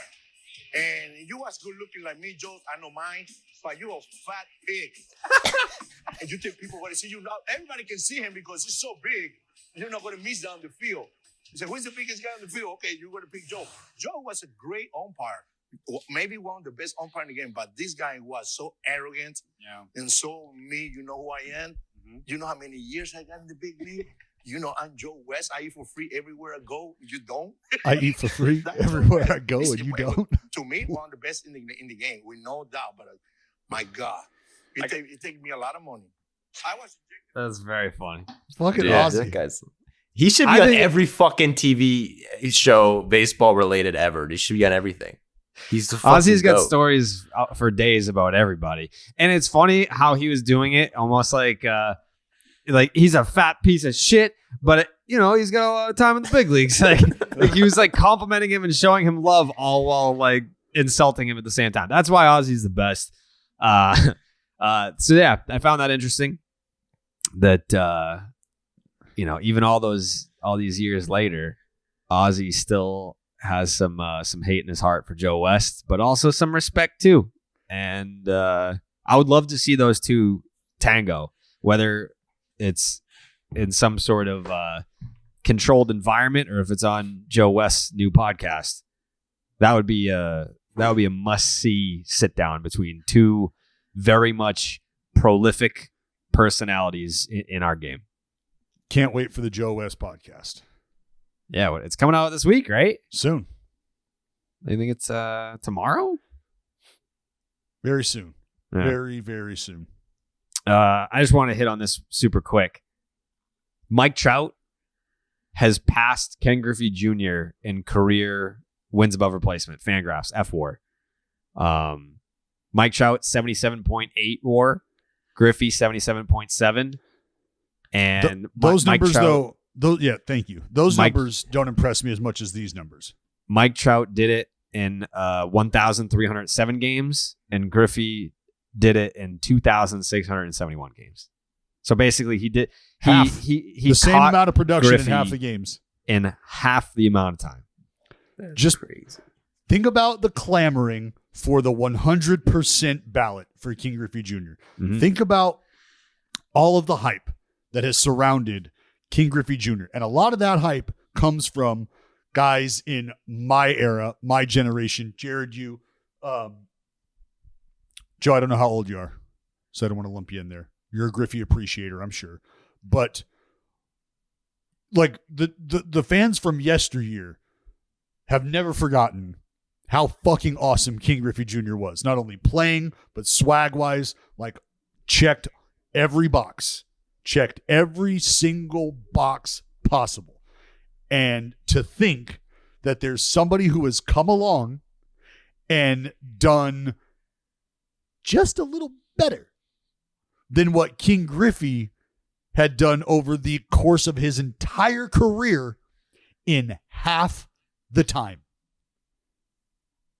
That is mind-boggling to think. Because King Griffey Jr. is a cult hero, is an icon, is a living baseball legend, and is being celebrated as such. The King Griffey Jr. tennis shoe, I said this 2 years ago, and it's happening. I might have said it 3 years. The King Griffey Jr. tennis shoe is becoming to baseball what the Jordan is becoming to, or has been, to the game of basketball, but pop culture. Like the Griffey shoe is that. And like it just everything about King Griffey Jr. screams fucking awesomeness. And to think that Mike Trout has been just a little bit better. I don't think it's a lot better. I'm just telling you I'm just based on the numbers. Based on the numbers, he's been twice as good. No, the WAR, Jared, the WAR value. When I say just a little bit better, 77.8 career WAR and 77.7. That's what I'm saying. He's been just a little bit. Obviously he's been a whole lot fucking better because it's only taken him half the time, Carrabis. Half the time. And I think the whole thing with Mike Trout, I think that there's so many narratives surrounding Mike Trout that he's the best player on planet Earth and that he's boring. Does he even care about winning? This and that. Now he might be injury prone. Need Mike Trout in the playoffs. Baseball won't survive without Mike Trout in the playoffs. Can we just get the Angels there? And then Shohei Ohtani shows up and it's like, is he even the best player on his own team? And then I think when you see stuff like this, it kind of just refocuses, recenters you, puts things in perspective. When you start to question, is Mike Trout really as good as they say he is? Yes. He is that fucking good. And more. Is there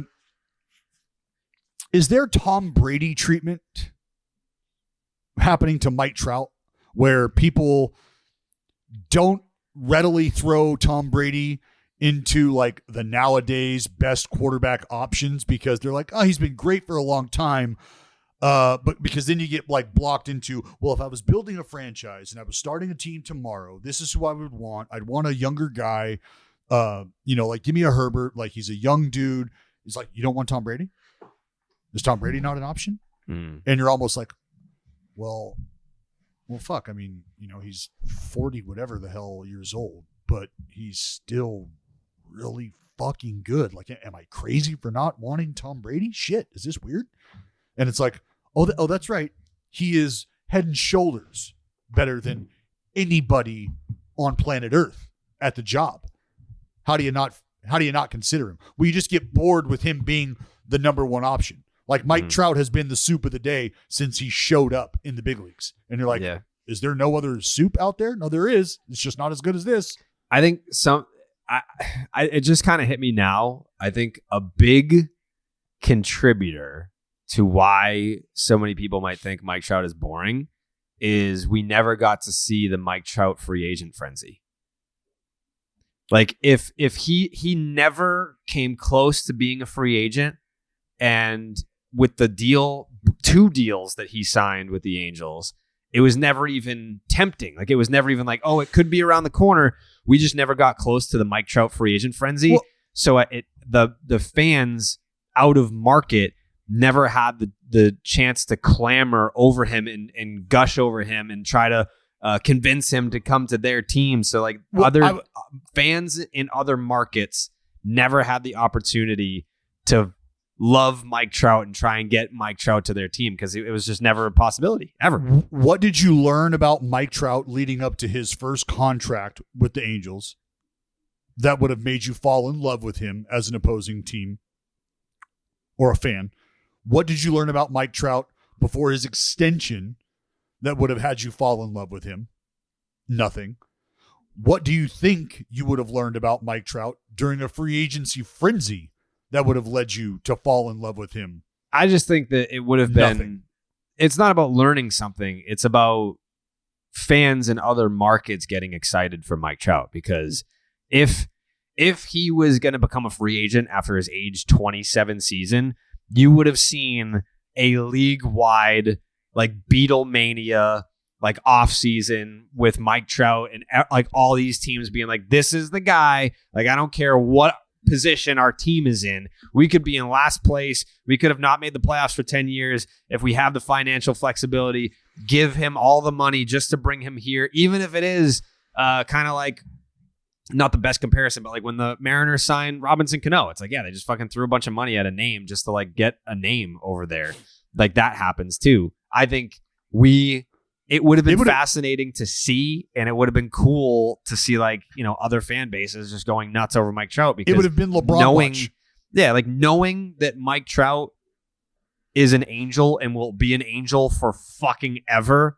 There was never a reason for fans in other markets to go crazy over Mike Trout. There just never was. Well, and when you say go crazy, what I am here for is Yankee fans and Red Sox fans cannibalizing their entire roster and just telling guys that they've loved and bled for the last 5+ years to fuck off so that they can get Mike Trout in the building.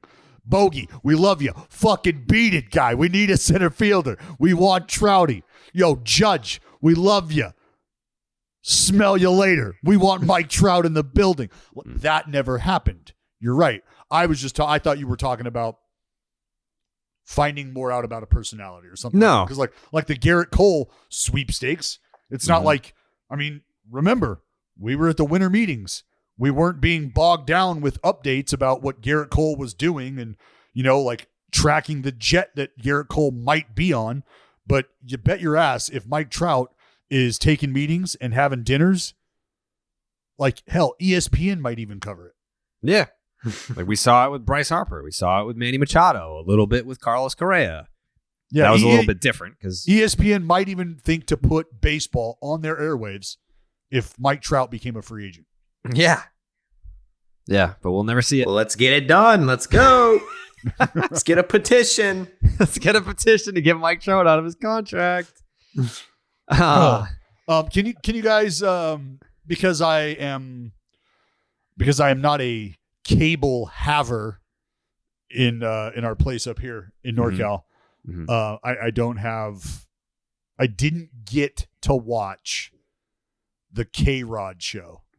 Oh, but from what I understand, there was a segment that posed some ideas of Mr. Rodriguez. Yeah, it's interesting that you missed it. No, you know what we should do? I legitimately would have tuned in. You know what we should do? Because I've always been in a position where where I'm up here and I don't have cable up here. I just stream everything up here. Yeah. So you could stream it. You could stream can you? Mm-hmm. I'm not being a smartass when I say this. Like I clicked on MLB. What do you have? Who's your cable provider? DirecTV. I'm sure that they have like a login for like I know that when I'm not in Boston, I can watch TV on my laptop with like a login. It's basically my cable box. Yeah, no, I could do that too. But see, like that means that I'm really searching for something that I want to watch. If it's not you should have seen it. Yeah, if this isn't readily available to me, like just being able to click on MLB and then have the Sunday night game on, I'm not fucking. That's a login. And you know how I feel about logging in, Jared. You don't log in, though. Yeah, chill out. So, yeah, no, but drop it on me. What do we got? Were you guys fans of the suggestions? Some. I'm interested in your take on the first one. Fucking weasel. If A-Rod was commissioner for a day, he would make the strike zone more wide and less tall. What are your thoughts on that?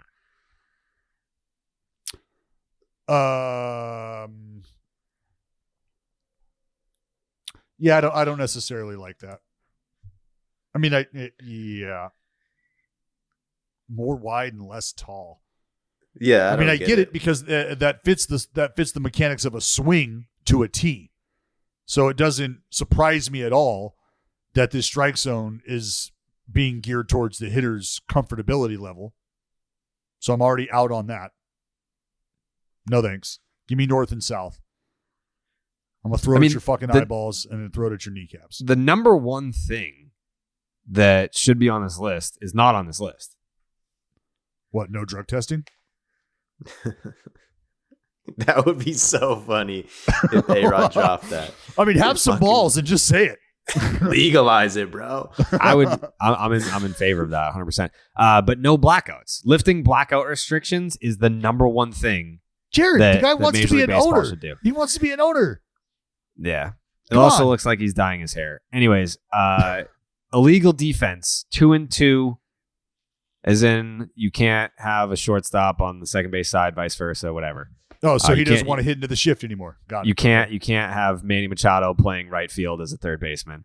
1 foot on the dirt, so you can't have your second baseman in shallow right field. Yeah, so the Atlantic League rule. Yeah, Not mad at that. I mean, it's not his rule. That's a rule that's actually in play. Yep. I don't hate it. I don't know that, like, I don't like the whole, like, fucking, like, a left-handed slugger rips one through the right side and it's just right at someone who's playing shallow right field. Like, I hate that. I hate it. It's like, I get it because you have all this data, all this information, all these spray charts, and your positioning. Like, you're a smart team because you have the information and you're positioning your defenders in a strategic way.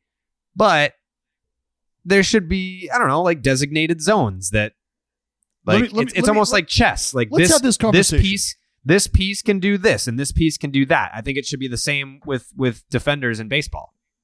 See, this is where I need a fucking big league hitter, because did you guys see Juan Soto call timeout, not get timeout, and then step in and hit the ball? Yeah. You guys saw that, right? Yeah. Okay. Juan Soto clearly not ready to hit. Is that fair to say? Mm.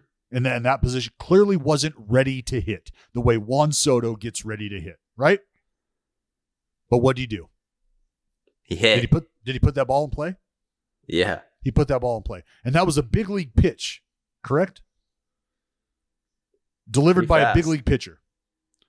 So a big leaguer not ready to hit, facing big league pitching, in the heat of the moment, was able to put the bat on the ball.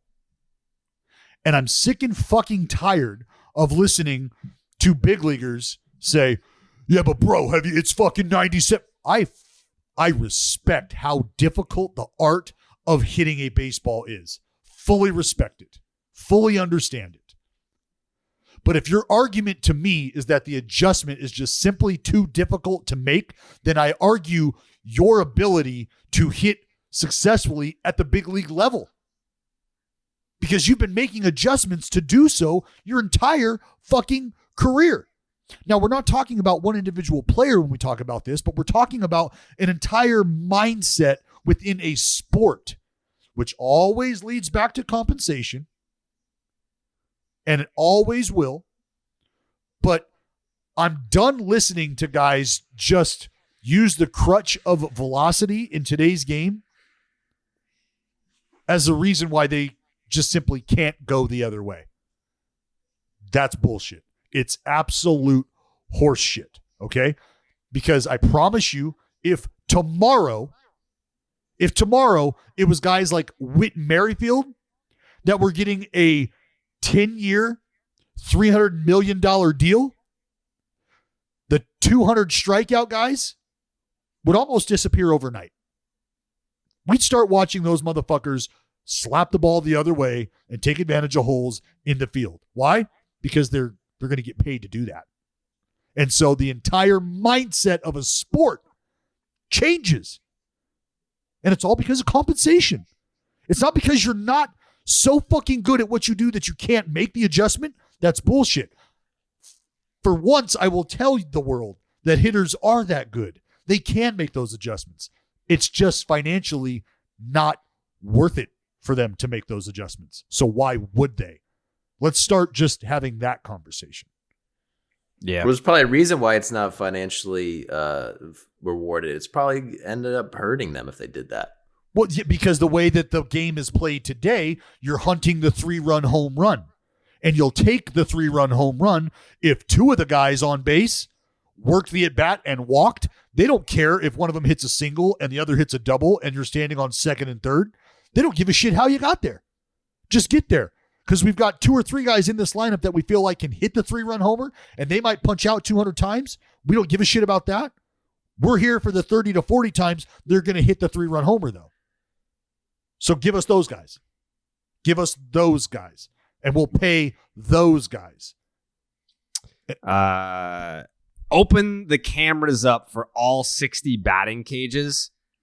I saw someone in the comments on this. I can see if I got to get my computer charger. Hold on. Okay. I mean, continue to talk. I'll be back. All right. Someone said open the cameras up for all 60 batting cages. And I was just like, people are complaining that the games are too long and that there's too many games. And your suggestion is let's see guys watch BP on top of all that. More content. I mean, I think it could be interesting if you had somebody mic'd up, but just like a random camera fixed on the batting cages. I don't know if that has any real value unless you have, like, is someone hosting it? Is it a show? No. Like, do you have someone sitting there asking them questions while they're taking BP? Or is it just like they go in and when they're behind the cage and they're answering questions and it's like, all right, well, you know what, on this round, I'm going to go in and I'm going to work on like hitting balls to the opposite field. Like something like that, where you have players mic'd up and you can actually get something from it other than just watching them take BP. That's what you would have to have. And I can appreciate where his mind is on this, because this is a pull back the curtain, and you have a look inside. Because the next step to that is, all right, if I see a lefty heading up to the tunnel, going into the cage, maybe he is getting ready for a matchup that he sees that could potentially unfold with a righty brought into the game, but with the 3-batter minimum, knowing that he could very well get inserted into the game to face this individual. And so now you're following this guy up to the cage and he's getting working, he's getting ready, and it might be flips. And if it is just flips, you're going to want to hear why it's flips.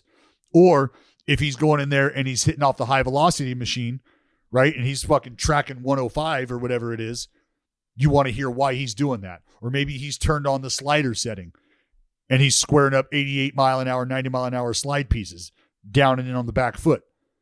And you're like, well, why is this happening? And maybe he's stepping in there and telling you, well, look, I've got some history against this guy. He typically wants to start me away with the fastball. He'll show some shit, but ultimately he's trying to punch me out with that slider back foot. So what I'm going to do here is I'll give him away, but the minute he comes in with that wrinkle, bam, I'm dropping the head and I'm going to park this motherfucker. And then you fast forward to his at bat and you watch him take that fastball away. And then you watch him foul 2 sliders off. And you're like, oh shit, like he's right on this fucking thing.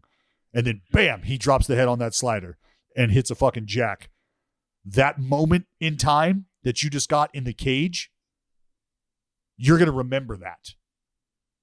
You will, and you're going to want more of that. Yeah. So I'm all in on that. But if you were to ask A-Rod, the player, about that, he would quickly go to, I'm trying to get ready. Like I'm gearing up for competition. I'm gearing up for battle there. Like I'm not trying to fucking do a live stream on Twitch. Like I'm trying to get ready to go face this 92 mile an hour wipeout slider. When you're not in the cage. Like when you're not in the cage, you can be answered. Like they can have the mic on them, but like when you're in the cage, you're working on shit. And then when like the rest of the time, everyone's just like fucking hanging around. But the routine, Jared, that's what guys like because so like, I mean, dude, I'm sitting up in my chair getting excited just about the thought of this, because watching guys, like for me, that's what you do. That's what I always suggest young guys to do. Just fixate on a guy who you like their game and watch them. Watch everything they do. Watch how they get dressed. Watch how they move about if they go into the training room. Watch what they do in the training room. How do they prepare their body? Do they have a routine? What is it? Watch it. Adopt it. Make it yours. This is what has helped these motherfuckers stay here. Why would you not want to take those notes? This is how they get better. Why do you not want that information? So if you're going to give me a camera fixated on a cage full of professional hitters going up and preparing for an at-bat in a big league ball game, I want to watch exactly what the fuck they're doing. Do they go flips, front toss, live? Do they just go right in and go live? Or are they only off the tee? If so, why? And maybe those are answers you'll get later down the road. So I don't have to have those like right now. That'd be great right now. But if you're just going to let me watch in real time, it's like being a voyeur at a zoo. Like you go to the zoo, are you pissed that the tiger's not fucking kicking the ball up in the air in the water. Like for me, I don't get pissed. I'm like, yo, it's fucking king of the jungle right there. Like I'm thankful this dude's not leaping over this wall and ripping my fucking head off. Thank you. For I don't know what coexist. I don't know what this one means. Maybe it's lifting the like if you want to lift blackouts and say get rid of blackouts, but this one says access from your phones, give people more content.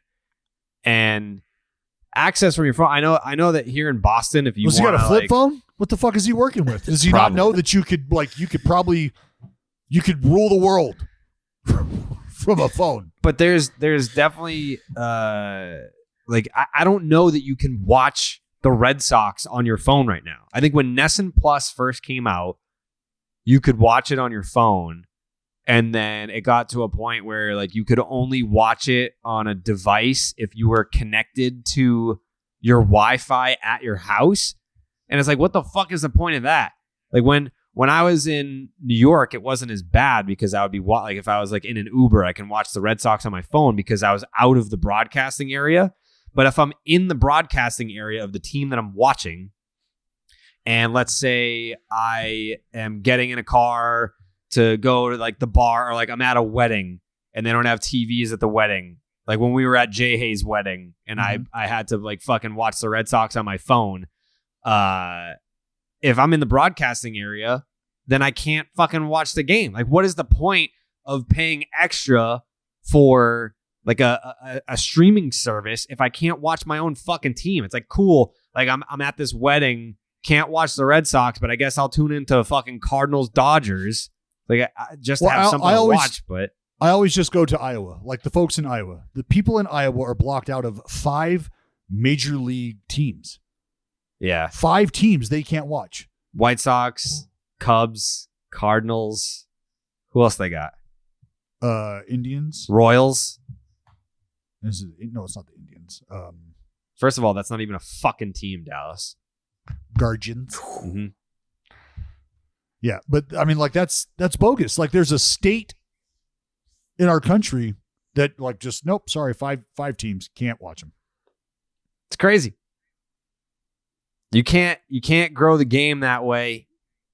How are you going to get people to give a shit about baseball when you're black? I mean, even the Dodgers are blacked out in their own fucking state.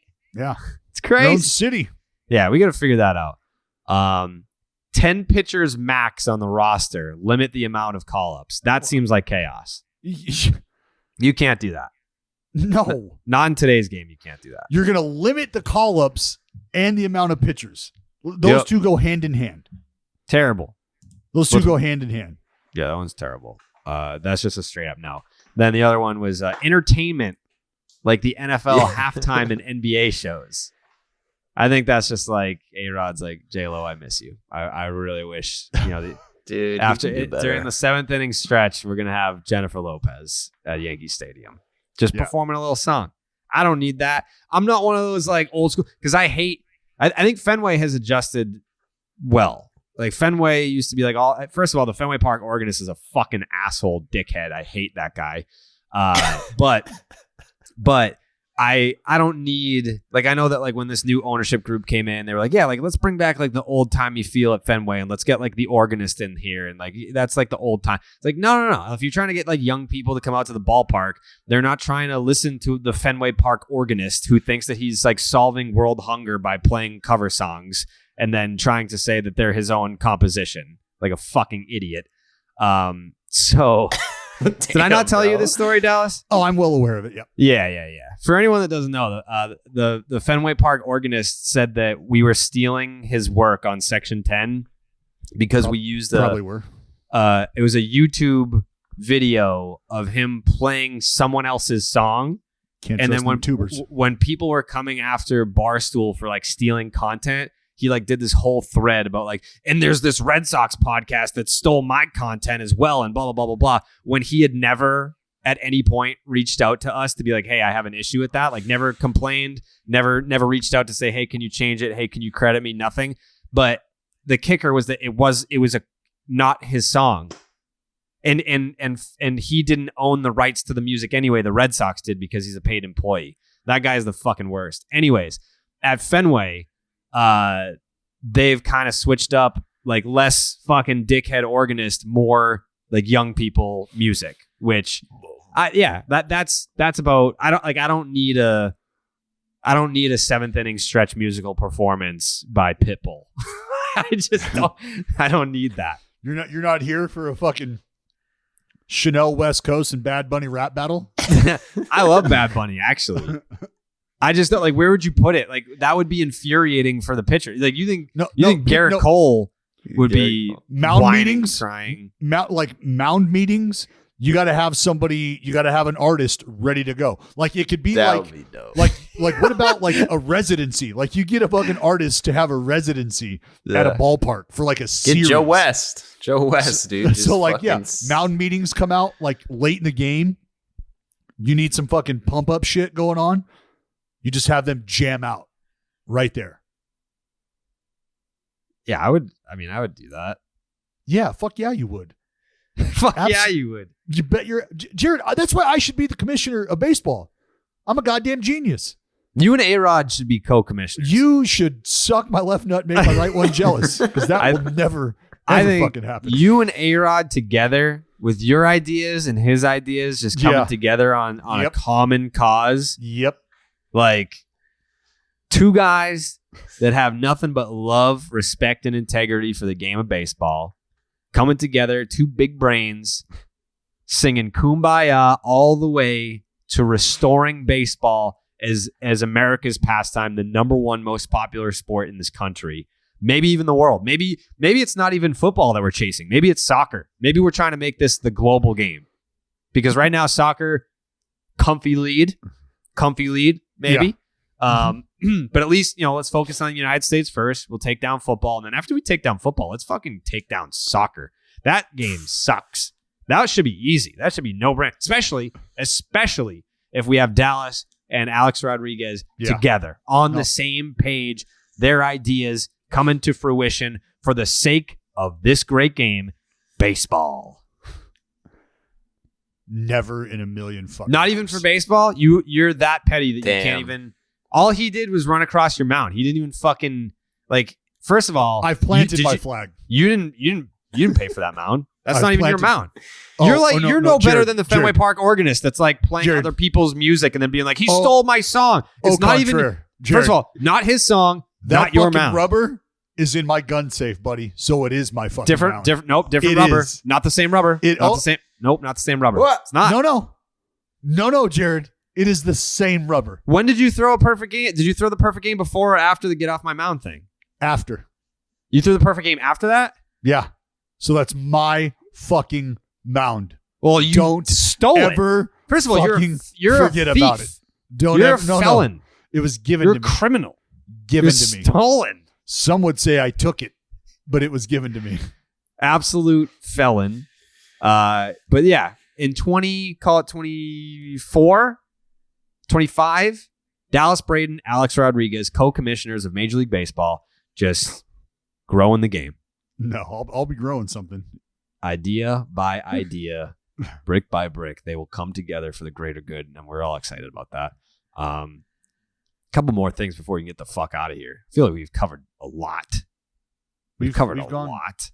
We've gone heavy. We have. We can skip over the Yankees won 9 straight. Who cares? Best record. Okay, well, we don't need to talk about that. I did April just want champs. to throw out that during that 9-game winning streak, which has the Yankees with the best record in Major League Baseball, Aaron Judge has been nothing to fox with. 364, 400 OBP. He's slugging 1030 with a 1430 OPS during the 9-game winning streak. 7 jacks, 14 stakes. Mm-hmm. Have a day. Kiner Falefa hitting 333 over the win streak. Giancarlo Stanton hitting 323 with an 888 OPS. You got Anthony Rizzo hitting 314 with an 1185 OPS over the winning streak. Aaron Hicks, thanks for checking in, 313 with a 762 OPS. DJ LeMahieu, I think DJ LeMahieu is one of 2 players to play in all 9 games over the winning streak. 297 with an 809. Anthony Rizzo, the other player to play in all 9 games. Even Gleyber Torres, 296, 829 OPS. Joey Gallo, If he's hitting above 200, it's a great day. He played in 8 of the 9 games, hitting 250 with an 849 OPS. Josh Donaldson, 897 OPS. And that's about it. Other than that, you got 9 guys just fucking dominating. The Yankees OPS over the 9-game winning streak, 908. 908. But I tell you what, after those batters, it's weak, man. They gotta. Yeah, you got fucking they got nothing. Jared, that was big of you to run down the the offensive prowess, the offensive work by the New York Yankees. I'm proud of you. Hey, listen, I'm unbiased. One of my takes was a carryover from Baseball's Dead when I was on MLB Network. I said Nestor Cortez going to start the All-Star game for the American League. I mean it. Speaking of All-Stars, Clayton Kershaw. Give it a last day.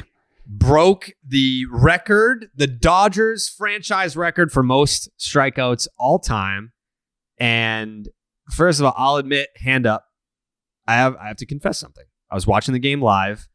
I think it was like after the Red Sox game. I flipped over, had the Dodgers game on, and I was about to like give Dodger fans some like serious praise because it was the 4th inning and he got to 2 strikes and like the entire stadium got on their feet. And I was like, you didn't know what was I was going like, on. fuck yeah, like that. I was like, because I was about to say, like, I remember when I was a kid, like going to Fenway, and anytime that Pedro got 2 strikes, anytime that he got 2 strikes on someone, everyone was on their feet.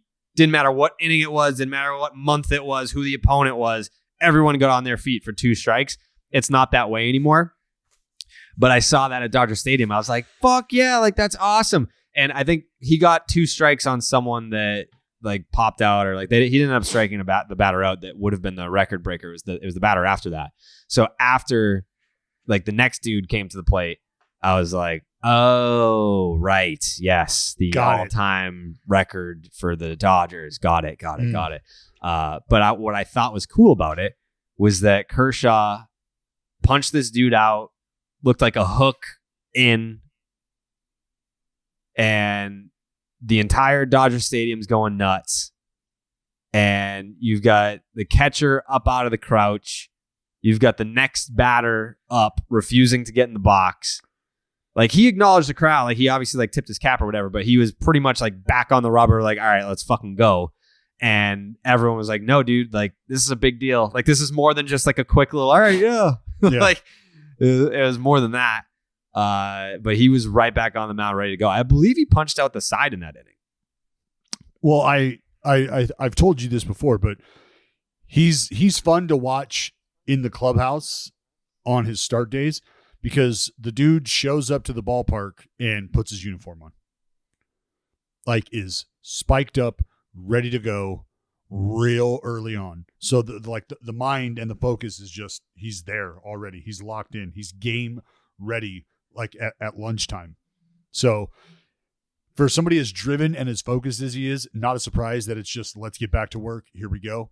It's not just a tip the cap moment because the Dodgers fans understand the rich history with their franchise and they understand the greats and their accomplishments. So when something like that happens, they're acknowledging history. They're acknowledging the moment. They're acknowledging the hero that they have been able to witness perform over the last decade plus.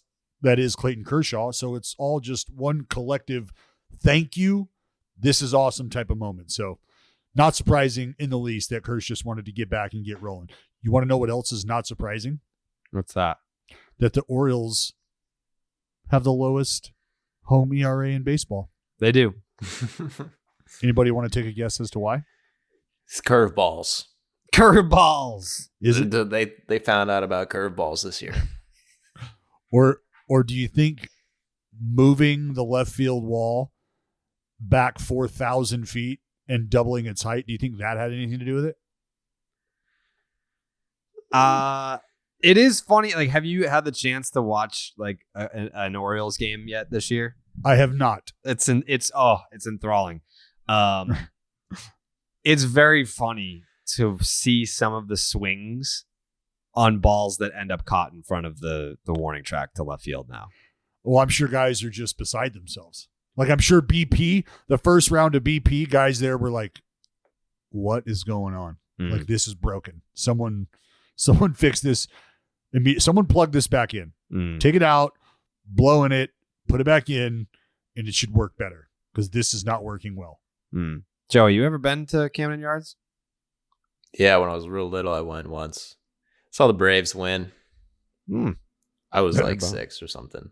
I remember they won, though. They came back.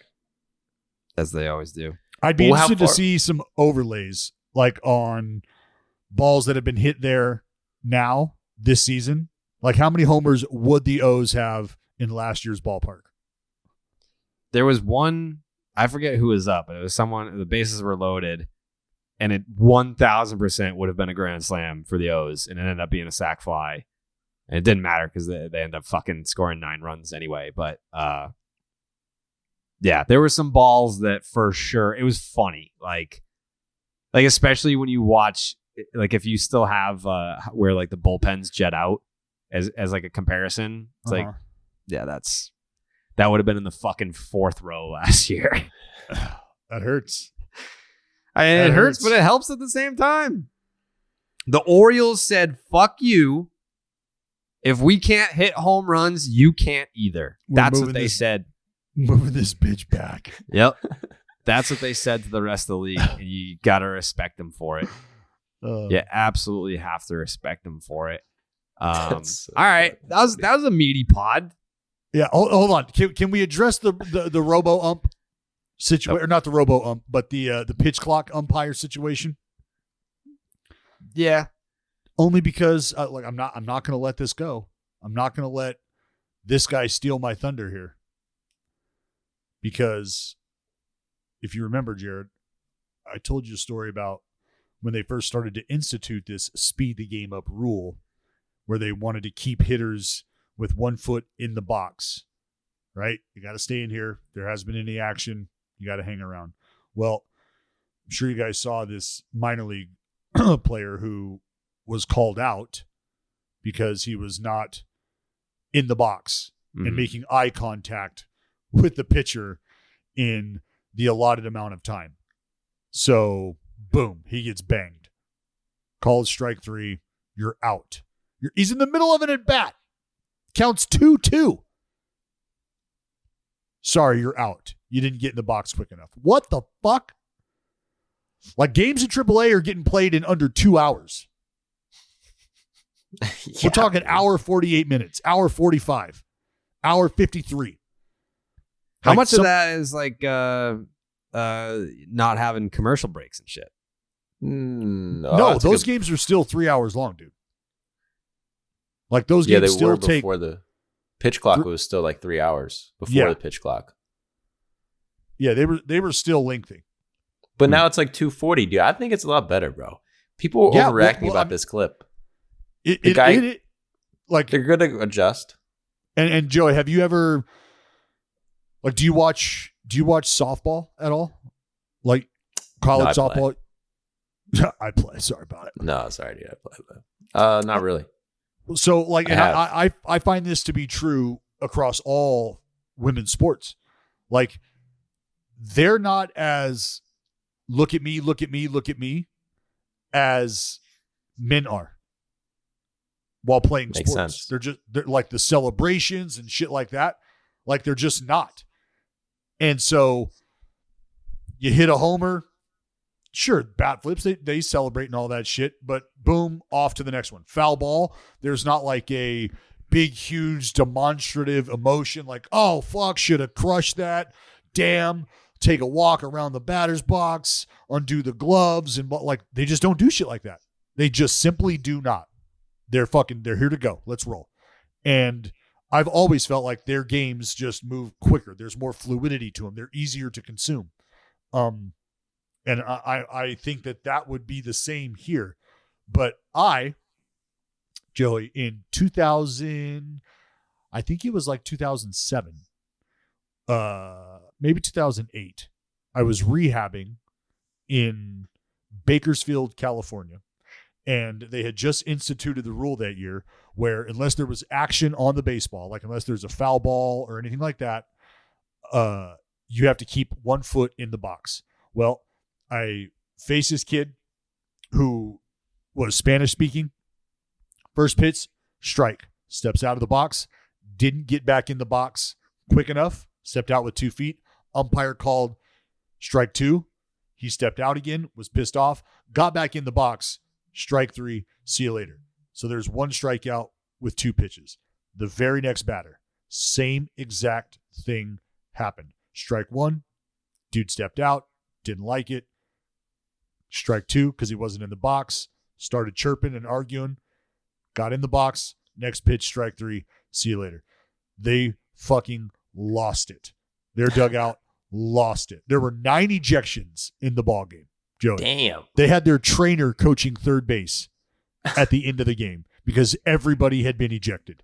Everybody. But it's definitely going to take getting used to. But the walk-up music, that whole like dig me session on the way to the plate, all of that has to do with the length of the game. So stuff like this would help combat that. But there's a lot of other implications it has on the game, strategy, guys being able to pick over, and there's a lot that it changes, a lot that it affects. But I think overall, what I've read from the minor leagues, it's been kind of fire. And I think it's like on average, it's like 1.2 strikes per game get called because a guy isn't ready on time. Mm-hmm. Just won a game, and it just started, so that's going to go down. Yeah, they'll move along. You'll absolutely 20 minutes. Yeah, like, and I know people don't like the idea of fucking with the game and seeing how things work and tweaking it. But if you're a entity like Major League Baseball, they were very smart to take control of their lower leagues so that they can do stuff just like this to figure out what kind of impact it's going to have. And it might suck to be a player in that league at the moment because you feel like a guinea pig. Well, there's no other way to look at that other than you are correct. You are a guinea pig. This is what it is. So if you just get on board and get used to the mechanics, again, I think it'll be an easy adjustment to make. All right. Fucking Pablo Lopez, Zach Gallen tonight. Just a couple of buckets of filth going at each other. Yeah, we got Pablo Lopez, by the way. 0.39. 0.39. He's 3-0, 23 tickets. I think his whip leads the league too. I got to interview him. It's disgusting. Yeah, his changeup's nasty. He's given up 4 hits in the changeup all year. 23 and a third innings, 23 tickets. How many walks? Just 4 walks. Yeah, that's the impressive part. Commanding the baseball. The baseball. Before we get out of here, I got to give some love to, I believe it's a guy you picked for Cy Young, Jared. Yeah, no fucking walks. Kevin Gausman. Yeah. Unbelievable. Kevin Gausman, Cy Young. You know who that is? You know who Cy Young is? You ever heard of that dude? Yeah, most losses in baseball history. Cy Young. Kevin Gausman and Cy Young, the only pitchers to not allow a walk or a jack in their first 5 starts. And this is during the World Series era, so since 1903. That's pretty good. That is pretty good. He's faced... Wasn't the first World Series in 1901? Am I wrong? But this is the facts that I was given. When was the first World Series? 1903. Why did I think that 1901 was the first World Series? I don't know. You might be thinking dead ball era. Maybe. Is what you're getting that associated with. But 122 hitters faced. No walks. That's a Blue Jays record. A Blue Jays record. And the split is fucking disgusting, which is why that impresses me as much as it does. Because the split is a pitch that if guys just decide that they're not going to swing at it, a lot of times it's a ball. And Pick's looking pretty good right now. You got to be nasty. And he is absolutely fucking nasty. 30 strikeouts on the split. He's got 120 swings on that pitch so far. 63 swing and misses on that. That's a 52% swing and miss rate on his split finger fastball. That is stupid. And he's also been doing a dynamite job of getting ahead of guys. 89 out of 122 first pitch strikes. 122 batters faced. 89 of them he's dialed up strike one against. Yeah, it's best pitch. And in he's not afraid to fucking fill up the zone. He's given up 31 hits in 31 and 2/3 innings, but he still has a 2.27 ERA to go along with a 0.50 FIP. So he's been even better than what the numbers on the surface would tell you. He looks completely different. He used to be on the Braves, and he was like, pretty bad on the Braves, and now he's got long hair and shit, and he doesn't even look like the same guy. He just gets everyone out. He caught a vibe, it's like, bro. What happened? That's He what caught happens. a You vibe. sometimes catch a vibe, and you're, shout out to Ozzie. He had a 2.87 with the Braves. What are you talking about? What? He had a what with the Braves? A 2.87. No, he didn't. Yeah. No, he did not. What He are you looking at did. A 2.8. 2.87. All right, cut that out, Jake. I think There's no way he had a 2.87 with the Braves. Oh, he did. You He realize he didn't. played multiple years for the Braves. Yeah, he did. He did in 18, and in 19 he was terrible with the Braves. He had a 6.19. Shout out to Rey Mysterio. He had a 6. All right, put it back in, Jake. Leave it in. Put it back in, Jake. Put it back in in. 2019, before getting shipped off to the Reds, where he also wasn't particularly outstanding. But Jake, is that sunshine I see coming through your curtains? What's the weather like today? Weather in Boston, Dallas, 59 degrees, cloudy with occasional showers, high of 59, winds east at 10 to 15 miles per hour. Humidity 63%, UV index 5 out of 10, and the moon phase tonight is a waxing crescent. Ooh, a waxing crescent. Yes. My personal favorite moon phase. It's probably a top 3 moon for me, the waxing crescent. mm-hmm. When did this little weather thing start? Where have you been? I know that you've been doing it, but how did it start? I got curious about the weather one day in Boston. Dude, it sounds like some pothead stuff. I don't know. Yeah, about it. you're a fucking hippie, dude. I don't touch the stuff. Hmm. Up with hope, down with dope. There's no hope with dope, Jared. Right. No, you're right. All right, we'll be back on Thursday. And maybe I don't know. Maybe we'll try and get another guest in here. I feel like the guest situation is more just like whoever is interesting to us at the time. It's not just like, oh, here's Corbin Burns for no fucking reason. No disrespect to Corbin Burns, but that's just what the last show was. We would just randomly have all right, yeah, Miles Michaelis, here he is. And it's like, okay. Well, I mean, hey, if we this is why I say we should be leaving it. We should have, some input from the fans. Yeah. Who do you want? Who do they want to hear? What do they want Ozzie to hear? Guillén, come on, man. Get in I bet here. you we could get Ozzie. I'll reach out to. Oh, dude. Should we do that? Yeah. Yeah, he's got a little YouTube show I see sometimes with his family. It's kind of cool. Yeah. He's a broadcaster, man. He likes Let's see broadcasting. if we can get Ozzie rolling in town. All right. You think we can get Ozzie on the next episode? I think we could do that. Oh wow. All right. I would love that. That would be enthralling for me. That would be quite the experience to be able to sit down and talk baseball with Ozzie Guillén. Yeah. All right, let's make it happen. Yeah, because I'll hit him with the because he had some shit to say about me one time after a start, and then we came back into town very shortly after, and I shoved it up their ass again and was like, "Oh, he knows who the fuck I am. Ozzie knows who the fuck I am." All right. Yeah, let's do that. Get working on that. All right. All right. We down.